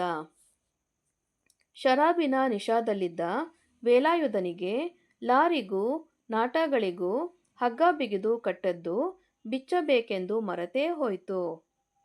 ಹಿಂದು ಮುಂದು ನೋಡದೆ ಆನೆಗೆ ಲಾರಿ ಮೇಲಿನ ದಿಮ್ಮಿಗಳನ್ನು ತಳ್ಳಿ ಉರುಳಿಸಲು ಹೇಳಿದ. ನಿದ್ದೆಯ ಜೊಂಪಿನಲ್ಲಿದ್ದ ಡ್ರೈವರ್ಗೆ ಎಚ್ಚರಾದಾಗ ಪ್ರಪಂಚ ಯಾಕೋ ತಲೆ ಕೆಳಗಾಗುತ್ತಿದೆ ಎನ್ನಿಸಿತು. ಲಾರಿಗೆ ನಾಟ ಬಿಗಿದು ಕಟ್ಟಿದ್ದರಿಂದ ನಾಟ ಉರುಳದೆ ಲಾರಿ ಸಮೇತ ಮೆಲ್ಲಗೆ ವಾಲಿ ಒಂದು ಕಡೆ ದೊಪ್ಪನೆ ಉರುಳಿ ಬಿತ್ತು. ಲಾರಿ ಮೆಲ್ಲಗೆ ವಾಲುತ್ತಾ ಒಂದು ಕಡೆ ಉರುಳಿದ್ದರಿಂದ ಡ್ರೈವರ್ ಮಹಾಶಯನಿಗೆ ಹೆಚ್ಚಿಗೆ ಏನೂ ಅಪಾಯವಾಗುವ ಸಂಭವವೇ ಇರಲಿಲ್ಲ. ಆದರೆ ಕ್ಯಾಬಿನಿನಲ್ಲಿ ಇಟ್ಟಿದ್ದ ಮಣಭಾರದ ಲಾರಿ ಜಾಕ್ ದೊಪ್ಪನೆ ಅವನ ಬುರುಡೆಯ ಮೇಲೆ ಬಿದ್ದ ಹೊಡೆತಕ್ಕೆ ಅವನ ತಲೆ ಜಜ್ಜಿ ಕಮಕ್ ಕಿಮಕ್ ಎನ್ನದೆ ಪರಂಧಾಮಕ್ಕೆ ಹೋದ. ಪ್ರಶ್ನೆ 9. ಡ್ರೈವರ್ ಸಾವಿನ ಸುದ್ದಿಯನ್ನು ಶಿವೇಗೌಡ ಮತ್ತಿತರರು ಹೇಗೆ ಮುಚ್ಚಿ ಹಾಕಿದರು? ಉತ್ತರ: ಒಂದು ದಿನ ಶಿವೇಗೌಡರ ಸಾಮಿಲ್ಲಿನಲ್ಲಿ ಕಳ್ಳನಾಟ ಇಳಿಸಲು ರಾತ್ರೋರಾತ್ರಿ ಆನೆ ಕರೆದುಕೊಂಡು ಹೋದರು. ಶರಾಬಿನ ಮತ್ತಿನಲ್ಲಿದ್ದ ವೇಲಾಯುಧನು ಲಾರಿಗೆ ಕಟ್ಟಿದ್ದ ಹಗ್ಗವನ್ನು ಬಿಚ್ಚಲು ಮರೆತು ಆನೆ ಮರದ ದಿಮ್ಮಿಗಳನ್ನು ಎಳೆದಾಗ ಇಡೀ ಲಾರಿಯೇ ವಾಲಿ ಕ್ಯಾಬಿನಿನಲ್ಲಿ ಇಟ್ಟಿದ್ದ ಮಣಭಾರದ ಜಾಕು ದೊಪ್ಪನೆ ಬಿದ್ದು ಡ್ರೈವರ್ ಅಲ್ಲಿಯೇ ಸತ್ತುಹೋದ. ಇದರಿಂದ ಸಾಮಿಲ್ಲಿನಲ್ಲಿ ಮಾಲಕರಾದ ಶಿವೇಗೌಡರು ಗಾಬರಿಗೊಂಡರು. ಸಾಗಿಸುತ್ತಿರುವ ನಾಟ ಕಳ್ಳ ಮಾಲಾಗಿರುವುದರಿಂದ ಈ ವಿಷಯ ಪೊಲೀಸರಿಗೆ ಗೊತ್ತಾದರೆ ಜೈಲು ಸೇರಬೇಕಾಗಬಹುದು ಎಂಬ ಭಯ ಅವರನ್ನು ಆವರಿಸಿತು. ಸಿಟ್ಟುಗೊಂಡ ಶಿವೇಗೌಡರು ವೇಲಾಯುಧನಿಗೆ, ಕುಡುಕ ಸುಳೆ ಮಗನೇ, ಎಂಥ ಗಂಡಾಂತ್ರ ತಂದಿಟ್ಟೆ ನೋಡು ಎಂದು ಬೈದರು. ಮುಂದೇನಾಯ್ತು ಎಂದು ಯಾರಿಗೂ ಗೊತ್ತಾಗಲಿಲ್ಲ. ಬೆಳಗ್ಗೆ ನೋಡಬೇಕಾದರೆ ಲಾರಿ ಸರಿಯಾಗಿ ನಿಂತಿತ್ತು. ಈ ವಾರ್ತೆ ಬರೀ ಪಿಸುಮಾತಿನಲ್ಲೇ ಮುಕ್ತಾಯವಾದ್ದರಿಂದ ಶಿವೇಗೌಡರು, ಕೃಷ್ಣೇಗೌಡರು ಇಬ್ಬರೂ ಸೇರಿ ಇದನ್ನು ಮುಚ್ಚಿ ಹಾಕಿರಬೇಕು. ಯಾರೂ ದೂರು ಕೊಡದ ಕಾರಣ ಕಾನೂನಿನ ಕ್ರಮ ಯಾರ ಮೇಲೂ ಜಾರಿ ಆಗಲಿಲ್ಲ. ಲಾರಿ ಟ್ರಿಪ್ಪಿಗೆ ಹೋದ ದಿಕ್ಕಿನಲ್ಲೆಲ್ಲ ಆ ಡ್ರೈವರಿಗೆ ಒಂದೊಂದು ಸಂಸಾರ ಇದ್ದುದರಿಂದ ಆ 17 ಜನರಲ್ಲಿ ಯಾರು ಅಧಿಕೃತ ಯಾರು ಅನಧಿಕೃತ ನಿರ್ಧರಿಸಲಾರದೆ ಕ್ಲೀನರ್ ಯಾರಿಗೂ ವಿಷಯ ತಿಳಿಸ ಹೋಗಲಿಲ್ಲ. ಕೊಡಲಿ ವಾಪಸ್ ಕೊಡಲೆಂದು ಬಂದ ದುರ್ಗಪ್ಪ ಕೃಷ್ಣೇಗೌಡರ ಆನೆಯನ್ನು ಶಪಿಸಿದ್ದಲ್ಲದೆ ಅದು ಕೊಂದ ಡ್ರೈವರ್ ಹೆಣವನ್ನು ಮರದ ಹೊಟ್ಟಿನೊಳಗೆ ಹಾಕಿ ಆಗಾಗ ಬೆಂಕಿ ಕೊಡುವಂತೆ ಬೆಂಕಿ ಕೊಟ್ಟು ಬೂದಿ ಮಾಡಿದರೆಂದು ಹೇಳಿದ. ಹೀಗೆ ಡ್ರೈವರ್ ಸಾವಿನ ಸುದ್ದಿಯನ್ನು ಶಿವೇಗೌಡ ಮತ್ತಿತರರು ಮುಚ್ಚಿ ಹಾಕಿದರು.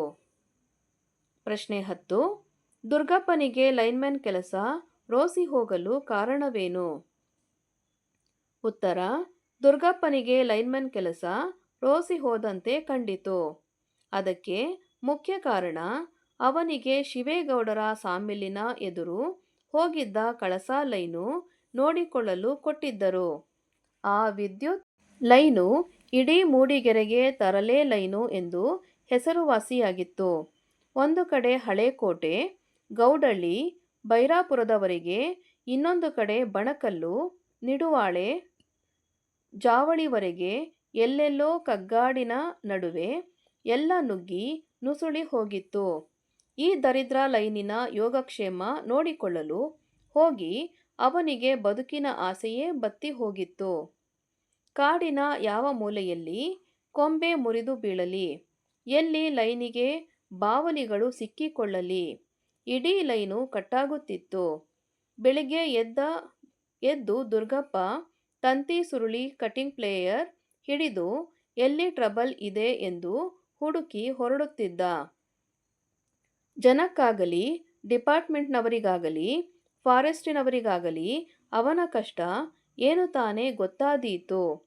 ನಾಗರಾಜ ಸೌದೆ ಮಾರುತ್ತಾರೆ ಎಂದು ಜರೆದರೆ ಡಿಪಾರ್ಟ್ಮೆಂಟಿನವರು ಲೈನು ಸರಿಯಾಗಿ ಮೇಂಟೇನ್ ಮಾಡಿಲ್ಲ ಎಂದು ಬೈಯುತ್ತಿದ್ದರು. ಪ್ರಶ್ನೆ 11.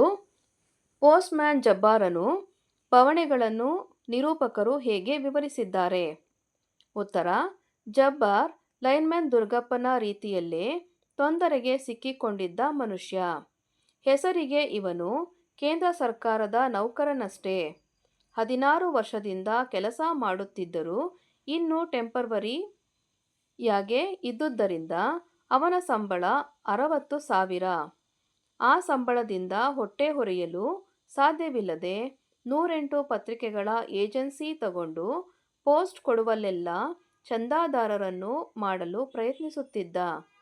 ಪೋಸ್ಟಿನ ಜೊತೆಗೆ ಮ್ಯಾಗಜೀನುಗಳ ಕಂತೆಯನ್ನೂ ಹೊತ್ತುಕೊಂಡು ಅವನು ತಿರುಗಬೇಕಾಗಿತ್ತು. ಅದು ಎಷ್ಟು ದೂರ? ದಿನ 18 ಕಿಲೋಮೀಟರ್ ಹೋಗಿ ಬರಬೇಕಿತ್ತು. ನಿರೂಪಕರು ಕೂಡ ಅವನ ತಿರುಗಾಟವನ್ನು ಗಮನಿಸಿ ಲೆಕ್ಕ ಹಾಕಿ ಅವನ ಮೂಗಿನ ನೇರಕ್ಕೆ ನೆಟ್ಟಗೆ ನಡೆದಿದ್ದರೆ ಇಡೀ ಭೂಮಂಡಲ ಸುತ್ತಿ ಬರಬಹುದಾಗಿತ್ತು ಎಂದಿದ್ದರು. ಅಲ್ಲದೆ ಮೂಡಿಗೆರೆಯಂಥ ಕುಗ್ರಾಮ ಆಧುನೀಕರಣಗೊಳ್ಳುತ್ತಾ ಟೆಲಿಫೋನ್ ಎಕ್ಸ್ಚೇಂಜ್, ವಿದ್ಯುತ್ ಎಲ್ಲ ಬರುವ ಹಾಗೆ ಪೋಸ್ಟಲ್ ಡಿಪಾರ್ಟ್ಮೆಂಟಿನವರು ಸೇವೆಯನ್ನು ವಿಸ್ತರಿಸುತ್ತಾ ಹೋಗಿ ಪೋಸ್ಟ್ ಆಫೀಸ್ಗಳ ಬದಲು ಪೋಸ್ಟ್ ಬಾಕ್ಸ್ಗಳನ್ನು ಬಿದಿರಳ್ಳಿ ಇಲ್ಲೆಲ್ಲ ನೇತು ಹಾಕಿದರು. ಇದರಿಂದ ತೊಂದರೆಗೆ ಸಿಕ್ಕಿ ಹಾಕಿಕೊಂಡವನು ಜಬ್ಬಾರ್ ಪೋಸ್ಟ್ ಕೊಡುವುದಲ್ಲದೆ ಪ್ರತಿದಿನ ಪೋಸ್ಟ್ ಬಾಕ್ಸ್ ಇರುವವರೆಗೂ ಹೋಗಿ ಪೋಸ್ಟ್ ಸಂಗ್ರಹಿಸಿ ಹೆಡ್ಡಾಫೀಸಿಗೆ ಕೊಡಬೇಕಾಗಿತ್ತು. ಅಲ್ಲದೆ ಪೋಸ್ಟ್ ಕೊಡಲು ಹೋದಾಗ ಅಲ್ಲಲ್ಲಿ ನಾಯಿಗಳಿಂದ ಕಚ್ಚಿಸಿಕೊಳ್ಳಬೇಕಾಗಿತ್ತು. ಇದು ಪೋಸ್ಟ್‌ಮ್ಯಾನ್ ಜಬ್ಬಾರನ ಬವಣೆಗಳಾಗಿವೆ. ಪ್ರಶ್ನೆ 12. ಪುಟ್ಟಯ್ಯ ತನ್ನ ಅಸಹಾಯಕತೆಯನ್ನು ಹೇಗೆ ವಿವರಿಸುತ್ತಾನೆ? ಉತ್ತರ: ಪುಟ್ಟಯ್ಯ ವೆಟರ್ನರಿ ಸ್ಟಾಕ್ಮನ್ ಆಗಿ ಸೇವೆ ನಿರ್ವಹಿಸುತ್ತಿದ್ದ. ಜಬ್ಬಾರ್ ಮತ್ತು ನಿರೂಪಕರು ಮಾತನಾಡುತ್ತಿರುವಾಗ ಮಧ್ಯೆ ಪ್ರವೇಶಿಸಿದ ಪುಟ್ಟಯ್ಯ ತನ್ನ ಅಸಹಾಯಕತೆಯನ್ನು ತೋಡಿಕೊಳ್ಳುತ್ತಾನೆ. ಹುಚ್ಚುನಾಯಿ ಇಂಜೆಕ್ಷನ್ ಏನೋ ಇದೆ, ಆದರೆ ಅದು ಗ್ಯಾರಂಟಿ ಇಲ್ಲ. ದನ ಎಮ್ಮೆಗಾದ್ರೆ ಹ್ಯಾಗೋ ರಿಸ್ಕ್ ತಗೊಂಡು ಅದನ್ನೇ ಚುಚ್ಚಬಹುದು. ಆದರೆ ಮನುಷ್ಯರ ವಿಷಯಕ್ಕೆ ಸ್ವಲ್ಪ ಯೋಚನೆ ಮಾಡಬೇಕು. 1 ವಾರದಿಂದ ನಮಗೆ ಕರೆಂಟ್ ಇಲ್ಲ ನೋಡಿ. ರೆಫ್ರಿಜಿರೇಟ್ ಒಳಗೆ ಸಾವಿರಾರು ರೂಪಾಯಿಗಳ ಔಷಧಿ ಇಟ್ಟಿರ್ತೀವಿ. ಕರೆಂಟ್ನವರಿಗೆ ಏನು ಗೊತ್ತಾಗುತ್ತೆ ಹೇಳಿ ಅವೆಲ್ಲ. ಒಟ್ಟಿನಲ್ಲಿ ಲೈನ್ ಟ್ರಬಲ್ ಇದೆ ಅಂತ ಕರೆಂಟ್ ತೆಗೆದು ಹಾಕಿಬಿಡುತ್ತಾರೆ. ಯಾರ್ಯಾರಿಗೆ ಎಷ್ಟೆಷ್ಟು ನಷ್ಟ ಆಗುತ್ತೆ ಅಂತ ಏನಾದರೂ ಯೋಚನೆ ಮಾಡ್ತಾರಾ ಸಾರ್? ನಿಮ್ಮಂಥವ್ರು ಚೆನ್ನಾಗಿ ಉಗಿಬೇಕು ಸಾರ್, ಇಲ್ಲದಿದ್ರೆ ಸರಿ ಹೋಗಲ್ಲ. ನಮ್ಮಂಥವರ ಮಾತಿಗೆ ಅವರು ಬಿಲ್ಕುಲ್ ಬಗ್ಗೋದಿಲ್ಲ. ಇವತ್ತು ಹುಚ್ಚುನಾಯಿ ಕಚ್ಚಿದೆ ಅಂತ ಸುಮಾರು ದನಗಳು ಬಂದಿದ್ವು. ರೆಫ್ರಿಜಿರೇಟರ್ ಕೆಲಸ ಮಾಡುತ್ತಿಲ್ಲ, ಸಿರಂ ಕೆಟ್ಟೋಗಿದೆ ಅಂತ ಅವರನ್ನೆಲ್ಲ ಹಿಂದಕ್ಕೆ ಕಳಿಸಿದ್ದೀನಿ. ಹೊಸ ಸಿರಂ ಕಳಿಸೋದಕ್ಕೆ ಕೂನೂರಿಗೆ ಇಂಡೆಂಟ್ ಹಾಕಿದ್ದೇನೆ. ಯಾವಾಗ ಕನ್ಸೈನ್ಮೆಂಟ್ ಕಳಿಸ್ತಾರೋ ನೋಡಬೇಕು ಎಂದು ತನ್ನ ಅಸಹಾಯಕತೆಯನ್ನು ತೋಡಿಕೊಂಡನು. ಪ್ರಶ್ನೆ 13. ಬೀದಿ ನಾಯಿಗಳ ನಿವಾರಣೆಗೆ ಖಾನ್ ಸಾಹೇಬರು ತೆಗೆದುಕೊಂಡಿದ್ದ ಕ್ರಮಗಳಾವುವು?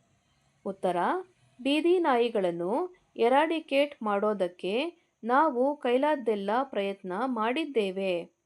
ಶೂಟ್ ಮಾಡಿಸಿದ್ದೇನೆ, ಪಾಯ್ಸನ್ ತರಿಸಿ ಹಾಕಿಸಿದ್ದೇನೆ. ಒಬ್ಬ ಮುನಿಸಿಪಲ್ ಪ್ರೆಸಿಡೆಂಟ್ ಆದೋನು ಇನ್ನೇನು ಮಾಡಬಹುದು ಹೇಳ್ರಿ? ಈ ಸಾರಿ ನಾವು ತರಿಸಿದ ಡಾಗ್ ಪಾಯ್ಸನ್ ಅಷ್ಟೊಂದು ಎಫೆಕ್ಟಿವ್ ಆದ ಹಾಗೆ ಕಾಣಲಿಲ್ಲ. ಅದೇನು ಅದನ್ನು ಕಲಬೆರಕೆ ಮಾಡ್ತಾರೋ ಏನೋ. ಆದರೂ ಈ ವರ್ಷ 200-300 ನಾಯಿನಾದ್ರೂ ಸಾಯಿಸಿದ್ದೇವೆ ನೋಡಿ.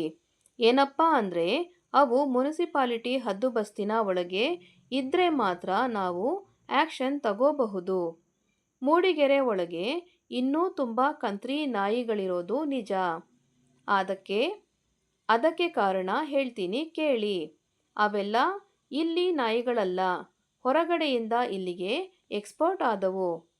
ಲಾರಿಲಿ ನಾಯಿಗಳನ್ನ ತುಂಬಿಕೊಂಡು ಬಂದು ಇಲ್ಲಿ ರಾತ್ರೋರಾತ್ರಿ ಬಿಟ್ಟು ಹೋಗಿದ್ದಾರೆ. ನಾಯಿ ಕಾಟ ವಿಪರೀತ ಆದ ಕೂಡಲೇ ಲಾರಿಲಿ ತುಂಬಿಸಿ ದೂರ ಎಲ್ಲಾದರೂ ಬಿಡ್ತಾರೆ ಎನ್ನುತ್ತಾ ತಾನು ಕೈಗೊಂಡ ಕ್ರಮಗಳ ಬಗ್ಗೆ ಸಮಜಾಯಿಷಿ ಮಾಡಿಕೊಂಡರು. ಪ್ರಶ್ನೆ 14. ಟೆಲಿಫೋನ್ ಲೈನ್ಮನ್ ತಿಪ್ಪಣ್ಣನ ಸಾವಿನ ಸಂದರ್ಭವನ್ನು ವಿವರಿಸಿ. ಉತ್ತರ: ತಿಪ್ಪಣ್ಣ ಟೆಲಿಫೋನ್ ಇಲಾಖೆಯಲ್ಲಿ ಲೈನ್ಮನ್ ಕಾಯಕ ನಿರ್ವಹಿಸುತ್ತಿದ್ದ.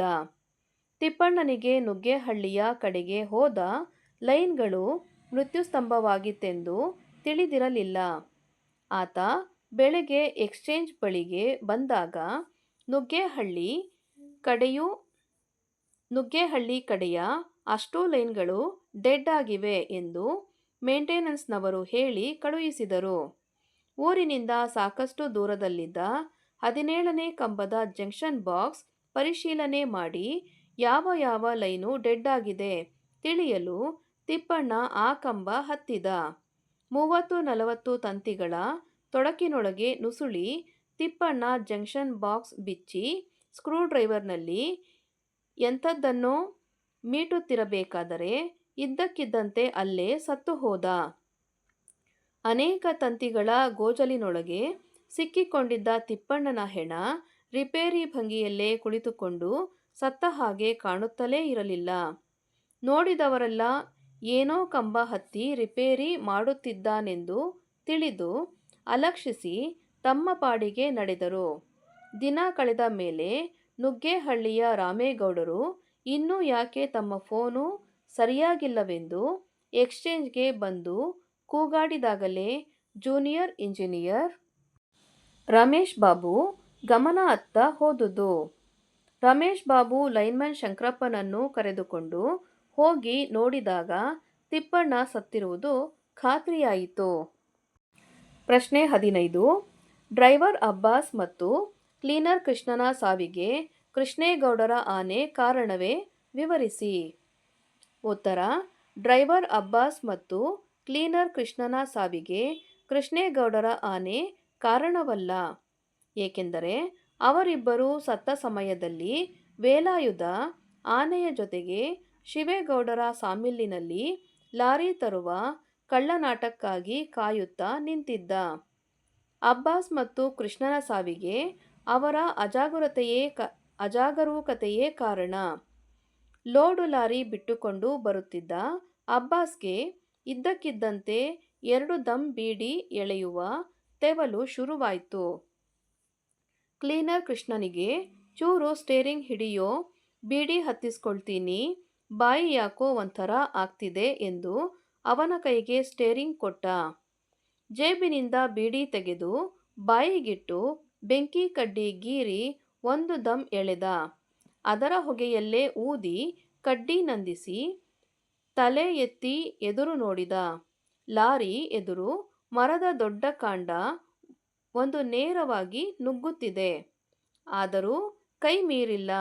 ಏ ಕೃಷ್ಣ, ಸ್ಟೇರಿಂಗ್ ಬಿಡೋ ಎಂದು ಕೂಗುತ್ತಾ ಸ್ಟೇರಿಂಗ್ಗೆ ಕೈ ಹಾಕಿ ಲಾರಿ ಮೂತಿಯನ್ನು ದಾರಿ ಕಡೆಗೆ ತಿರುಗಿಸಲು ಯತ್ನಿಸಿದ. ಆದರೆ ಕೃಷ್ಣನಿಗೆ ಮೈಮೇಲಿನ ಪರಿವೇ ಇದ್ದ ಹಾಗೆ ಕಾಣಲಿಲ್ಲ. ಸ್ಟೇರಿಂಗ್ ಹಿಡಿ ಎಂದು ಡ್ರೈವರಣ್ಣ ಹೇಳಿದ್ದೊಂದೇ ಅವನ ತಲೆಯೊಳಗಿತ್ತೋ ಏನೋ.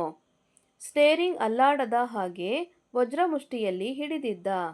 ಗಡಿಬಿಡಿಯಲ್ಲಿ ನಿಸ್ಸಹಾಯಕವಾಗಿ ಒದ್ದಾಡುತ್ತಿದ್ದ ಅಬ್ಬಾಸ್ಗೆ ಬ್ರೇಕ್ ಹಾಕಬೇಕೆಂದು ತಲೆಗೆ ಹೊಳೆದದ್ದು ತುಂಬ ತಡವಾಗಿ. ಲಾರಿ ಮರಕ್ಕೆ ಡಿಕ್ಕಿ ಹೊಡೆದ ಕೂಡಲೇ ಹಿಂದುಗಡೆ ಇದ್ದ ಅಪಾರ ತೂಕದ ದಿಮ್ಮಿಗಳು ಕ್ಯಾಬಿನ್ ಮುರಿದು ಮುನ್ನುಗ್ಗಿದವು. ಮರಕ್ಕೂ ದಿಮ್ಮಿಗಳಿಗೂ ನಡುವೆ ಸಿಕ್ಕಿದ ಕ್ಲೀನರ್, ಡ್ರೈವರ್ ಇಬ್ಬರೂ ಅಲ್ಲೇ ಸತ್ತು ಹೋದರು. ಪ್ರಶ್ನೆ 16. ವೇಲಾಯುಧನ ಹೆಂಡತಿಗೆ ಆನೆಯ ಬಗ್ಗೆ ಸವತಿ ಮಾತ್ಸರ್ಯ ಮೂಡಲು ಕಾರಣಗಳೇನು? ಉತ್ತರ: ಮನುಷ್ಯನ ಹಣೆಬರಹವನ್ನು ಎಷ್ಟು ಸಣ್ಣ ಸೂಕ್ಷ್ಮ ಸಂಗತಿಗಳು ನಿಯಂತ್ರಿಸುತ್ತವೆ ಎಂದು ಯೋಚಿಸಿದರೆ ಆಶ್ಚರ್ಯ ಆಗುತ್ತದೆ. ಮಕ್ಕಳಿಲ್ಲದ ವೇಲಾಯುಧನಿಗೆ ಮನಸ್ಸಿನ ಆಳದಲ್ಲಿ ಏನೇನೋ ಅಳುಕುಗಳಿತ್ತೋ ಗೊತ್ತಿಲ್ಲ. ಕೃಷ್ಣೇಗೌಡನ ಹೆಣ್ಣಾನೆ ಹುಡುಕಿಕೊಂಡು ಕಾಡಿನ ಆನೆಗಳು ಊರಿನ ಬಳಿ ಸುಳಿದಾಡಿದ್ದು ಅವನಿಗೆ ಆನೆಯ ಮೇಲೆ ದ್ವೇಷ ಸಾಧನೆ ಮಾಡಲು ಪ್ರೇರಣೆಯಾಯ್ತೋ ಏನೋ. ಮಠದವರು ಇವನನ್ನು ಓಡಿಸಿದಾಗ ಆ ಆನೆ ಊಟ ಬಿಟ್ಟು ಸೊರಗಿದ್ದು ಈಗ ಕಾಡಿಗೆ ಹೋಗಿ ಬಂದುದರಿಂದ ಅದು ದೊಡ್ಡ ಅಧಿಕ ಪ್ರಸಂಗವಾಗಿ ಕಂಡಿರಲು ಸಾಕು. ಆ ಆನೆಯ ಮಾವುತ ಆಗಿದ್ದರಿಂದಲೇ ಇವನಿಗೆ ಸಂಬಳ ಸಿಗುತ್ತಿದ್ದರೂ ಅದು ಹೆಣ್ಣಾನೆಯಾದ್ದರಿಂದಲೂ ಮತ್ತು ಅದನ್ನು ಕರೆದುಕೊಂಡು ಹಗಲೆನ್ನದೆ ರಾತ್ರಿಯೆನ್ನದೆ ವೇಲಾಯುಧ ಕೆಲಸಕ್ಕೆ ಹೋಗಬೇಕಾದ್ದರಿಂದಲೂ ವೇಲಾಯುಧನ ಹೆಂಡತಿಗೆ ಮಾತ್ರ ಒಂದು ರೀತಿಯ ವಿಚಿತ್ರ ಮಾತ್ಸರ್ಯ ಅದರ ಮೇಲೆ ಇದ್ದುದು ನಿಜ. ಬಸುರಿಯಾಗದೆ ವರ್ಷ ಕಳೆದ ಹಾಗೂ ವಿನಾಕಾರಣ ಅವನ ಸಂಸಾರಕ್ಕೆ ಅನ್ನ ಕೊಡುತ್ತಿದ್ದ ಈ ಆನೆ ವಿಷಯದಲ್ಲಿ ಸೂಕ್ಷ್ಮವಾದ ದ್ವೇಷ ಅವಳಲ್ಲಿ ರೂಪುಗೊಳ್ಳುತ್ತಾ ಇತ್ತು. ತನ್ನ ಸಿಟ್ಟನ್ನು ಆಕೆ ಆನೆ ಜೊತೆ ಮಲಗುತ್ತೀಯಾ, ನೀನ್ಯಾವ ಗಂಡಸು ಎನ್ನುವ ಮೂಲಕ ಹೊರ ಹಾಕಿದ್ದಳು. ಕಾರೋ ಲಾರಿಯೋ ಟ್ರ್ಯಾಕ್ಟರೋ ಯಾವುದನ್ನೇ ಆಗಲಿ ಗಂಡಸರು ಅಷ್ಟೊಂದು ಹಚ್ಚಿಕೊಂಡರೆ ಕೆಲವು ಹೆಂಗಸರಿಗೆ ಸಿಟ್ಟು ಬರುತ್ತದೆ. ತಮ್ಮ ಆಕರ್ಷಣಾ ಶಕ್ತಿಗೆ ಇವು ಸವಾಲು ಎಂದೇ ತಿಳಿಯುತ್ತಾರೆ.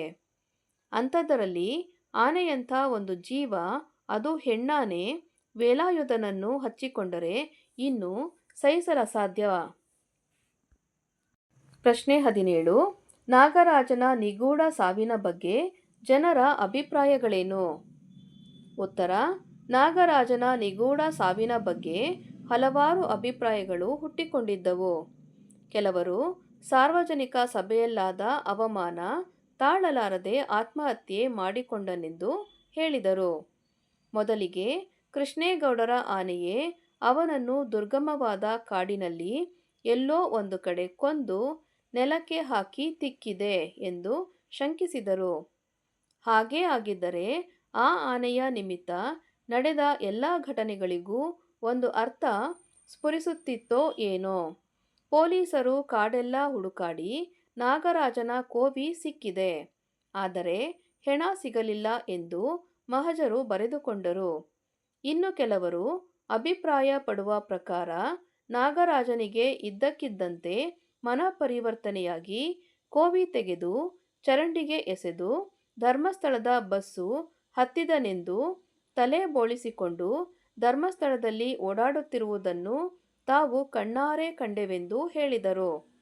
ಕೆಲವರು ನಾಗರಾಜನ ಆನೆ ಬೆನ್ನಟ್ಟಿದವನು ದಾರಿಯಲ್ಲಿ ಹಿಂದಿರುಗಿ ಬರುತ್ತಿರಬೇಕಾದರೆ ಎದುರಿಗೆ ಸಿಕ್ಕ ಗಂಧ ಸಾಗಾಣಿಕೆಯ ಗಂಗಾಧರನ ಕಾರಿಗೆ ಕೈ ಅಡ್ಡಹಾಕಿ ಇಂದು ಮುಂದು ನೋಡದೆ ಅದರೊಳಗೆ ಕುಳಿತು ಆನೆಯನ್ನು ಬೆನ್ನಟ್ಟುವಂತೆ ಹೇಳಿದನೆಂದು, ನಾಗರಾಜನನ್ನು ಅವನ ಗ್ಯಾಂಗ್ಗೆ ಕೂನಿ ಮಾಡಿ ಹೆಣ ನಾಪತ್ತೆ ಮಾಡಿದರಬೇಕೆಂದು ಹೇಳಿದರು. ಗಾರ್ಡ್ ರಾಮಪ್ಪ ಕೂಡ ನಾಗರಾಜನ ಸಾವಿನ ಬಗ್ಗೆ ಹೇಳಿದ ದೃಢವಾದ ಮಾತುಗಳು ಆತನ ಸಾವಿನ ಕುರಿತಂತೆ ಇನ್ನೂ ಕೆಲವು ಅನುಮಾನಕ್ಕೆ ಎಡೆ ಮಾಡುವಂತಿತ್ತು. ಪ್ರಶ್ನೆ 18. ತನ್ನ ಆನೆಯ ಬಗ್ಗೆ ಕೃಷ್ಣೇಗೌಡನಲ್ಲಿ ಬೇಸರ ಮೂಡಲು ಕಾರಣಗಳೇನು? ಉತ್ತರ: ಕೃಷ್ಣೇಗೌಡ ಆನೆಯಿಂದ ಎದುರಾಗುತ್ತಿರುವ ಸಮಸ್ಯೆಗಳ ಬಗ್ಗೆ ರೋಸಿ ಹೋಗಿದ್ದ. ಹಿಂದೊಮ್ಮೆ ಇದೇ ಆನೆ ಆತನ ಮನೆಗೆ ಲಕ್ಷ್ಮಿ ಬಂದ ಹಾಗೆ ಆಗಿತ್ತು. ಆದರೆ ಈಗ ಅದೇ ಆನೆಯನ್ನು ಸಾಗು ಹಾಕುವುದು ದೊಡ್ಡ ತಲೆನೋವಾಗಿ ಪರಿಣಮಿಸಿತ್ತು. ಊರಿನಲ್ಲಿ ಏನೇ ನಡೆದರೂ ಅದಕ್ಕೆ ಆನೆಯೇ ಕಾರಣ ಎನ್ನುವ ಅಪವಾದದ ಮಾತುಗಳು ಆತನನ್ನು ಸಂಕಷ್ಟಕ್ಕೆ ಗುರಿಪಡಿಸಿತ್ತು. ಹಿಂದೊಮ್ಮೆ ಮಠದವರು ಅದನ್ನು ಯಾರಿಗಾದರೂ ದಾಟಿಸಿದಂತೆ ತಾನೂ ದಾಟಿಸಬೇಕೆಂದು ಯೋಚಿಸಿದ. ಆದರೆ ಯಾರಿಗೆ ಮಾರುವುದು? Circus ಕಂಪನಿಗಳೆಲ್ಲ pauper ಎದ್ದಿವೆ. ಜಗದ್ಗುರುಗಳೆಲ್ಲ ಅಡ್ಡಪಲ್ಲಕ್ಕಿ ಇಲ್ಲವೇ ಬೆನ್ಸ್ ಕಾರುಗಳನ್ನು ಹಿಡಿದಿದ್ದಾರೆ. ಮರದ ವ್ಯಾಪಾರಿಗಳಂತೂ ಸರ್ಕಾರದ ಬಿಗಿ ಧೋರಣೆಯಿಂದ ಮತ್ತು ಲಂಚದ ಕಾಟದಿಂದ ಸುಸ್ತಾಗಿ ಹೋಗಿದ್ದಾರೆ. ಕಾಡಿಗೆ ಅಟ್ಟಿ ಬಿಡೋಣವೆಂದರೆ ಅದು ಊರಿನ ಆನೆ. ಕಾಡಿಗೆ ಹೋಗಿದ್ದು ಸಹ ಮತ್ತೆ ಬಂದು ಲಾಯದೊಳಗೆ ನಿಂತಿದೆ. ಆತನಿಗೆ ಆನೆ ಕುತ್ತಿಗೆಗೆ ಕಟ್ಟಿಕೊಂಡ ಕಲ್ಲುಗುಂಡಿನಂತೆ ಭಾಸವಾಯಿತು. ಮಕ್ಕಳ, ಇಲ್ಲಿಗೆ ದ್ವಿತೀಯ PUC ಕನ್ನಡದಲ್ಲಿ ಕೃಷ್ಣೇಗೌಡನ ಆನೆ ಈ ಒಂದು ಗದ್ಯ ಭಾಗಕ್ಕೆ ಸಂಬಂಧಪಟ್ಟಂತಹ ಎಲ್ಲ ಅಭ್ಯಾಸ ಪ್ರಶ್ನೋತ್ತರಗಳು ಮುಕ್ತಾಯಗೊಂಡಿವೆ. ಈ ವಿಡಿಯೋ ನಿಮಗೆ ಇಷ್ಟ ಆದಲ್ಲಿ ದಯವಿಟ್ಟು ನಮ್ಮ ಚಾನಲ್ನ ಲೈಕ್ ಮಾಡಿ, ಶೇರ್ ಮಾಡಿ, ಸಬ್ಸ್ಕ್ರೈಬ್ ಮಾಡಿಕೊಂಡು ನಾವು ಹಾಕೋಂಥ ಎಲ್ಲ ವಿಡಿಯೋನ ನೋಡ್ತಾ ನಮ್ಮನ್ನು ಎನ್ಕರೇಜ್ ಮಾಡ್ತಾ ಹೋಗಿ ಮಕ್ಕಳ. Thank you for watching. Bye bye.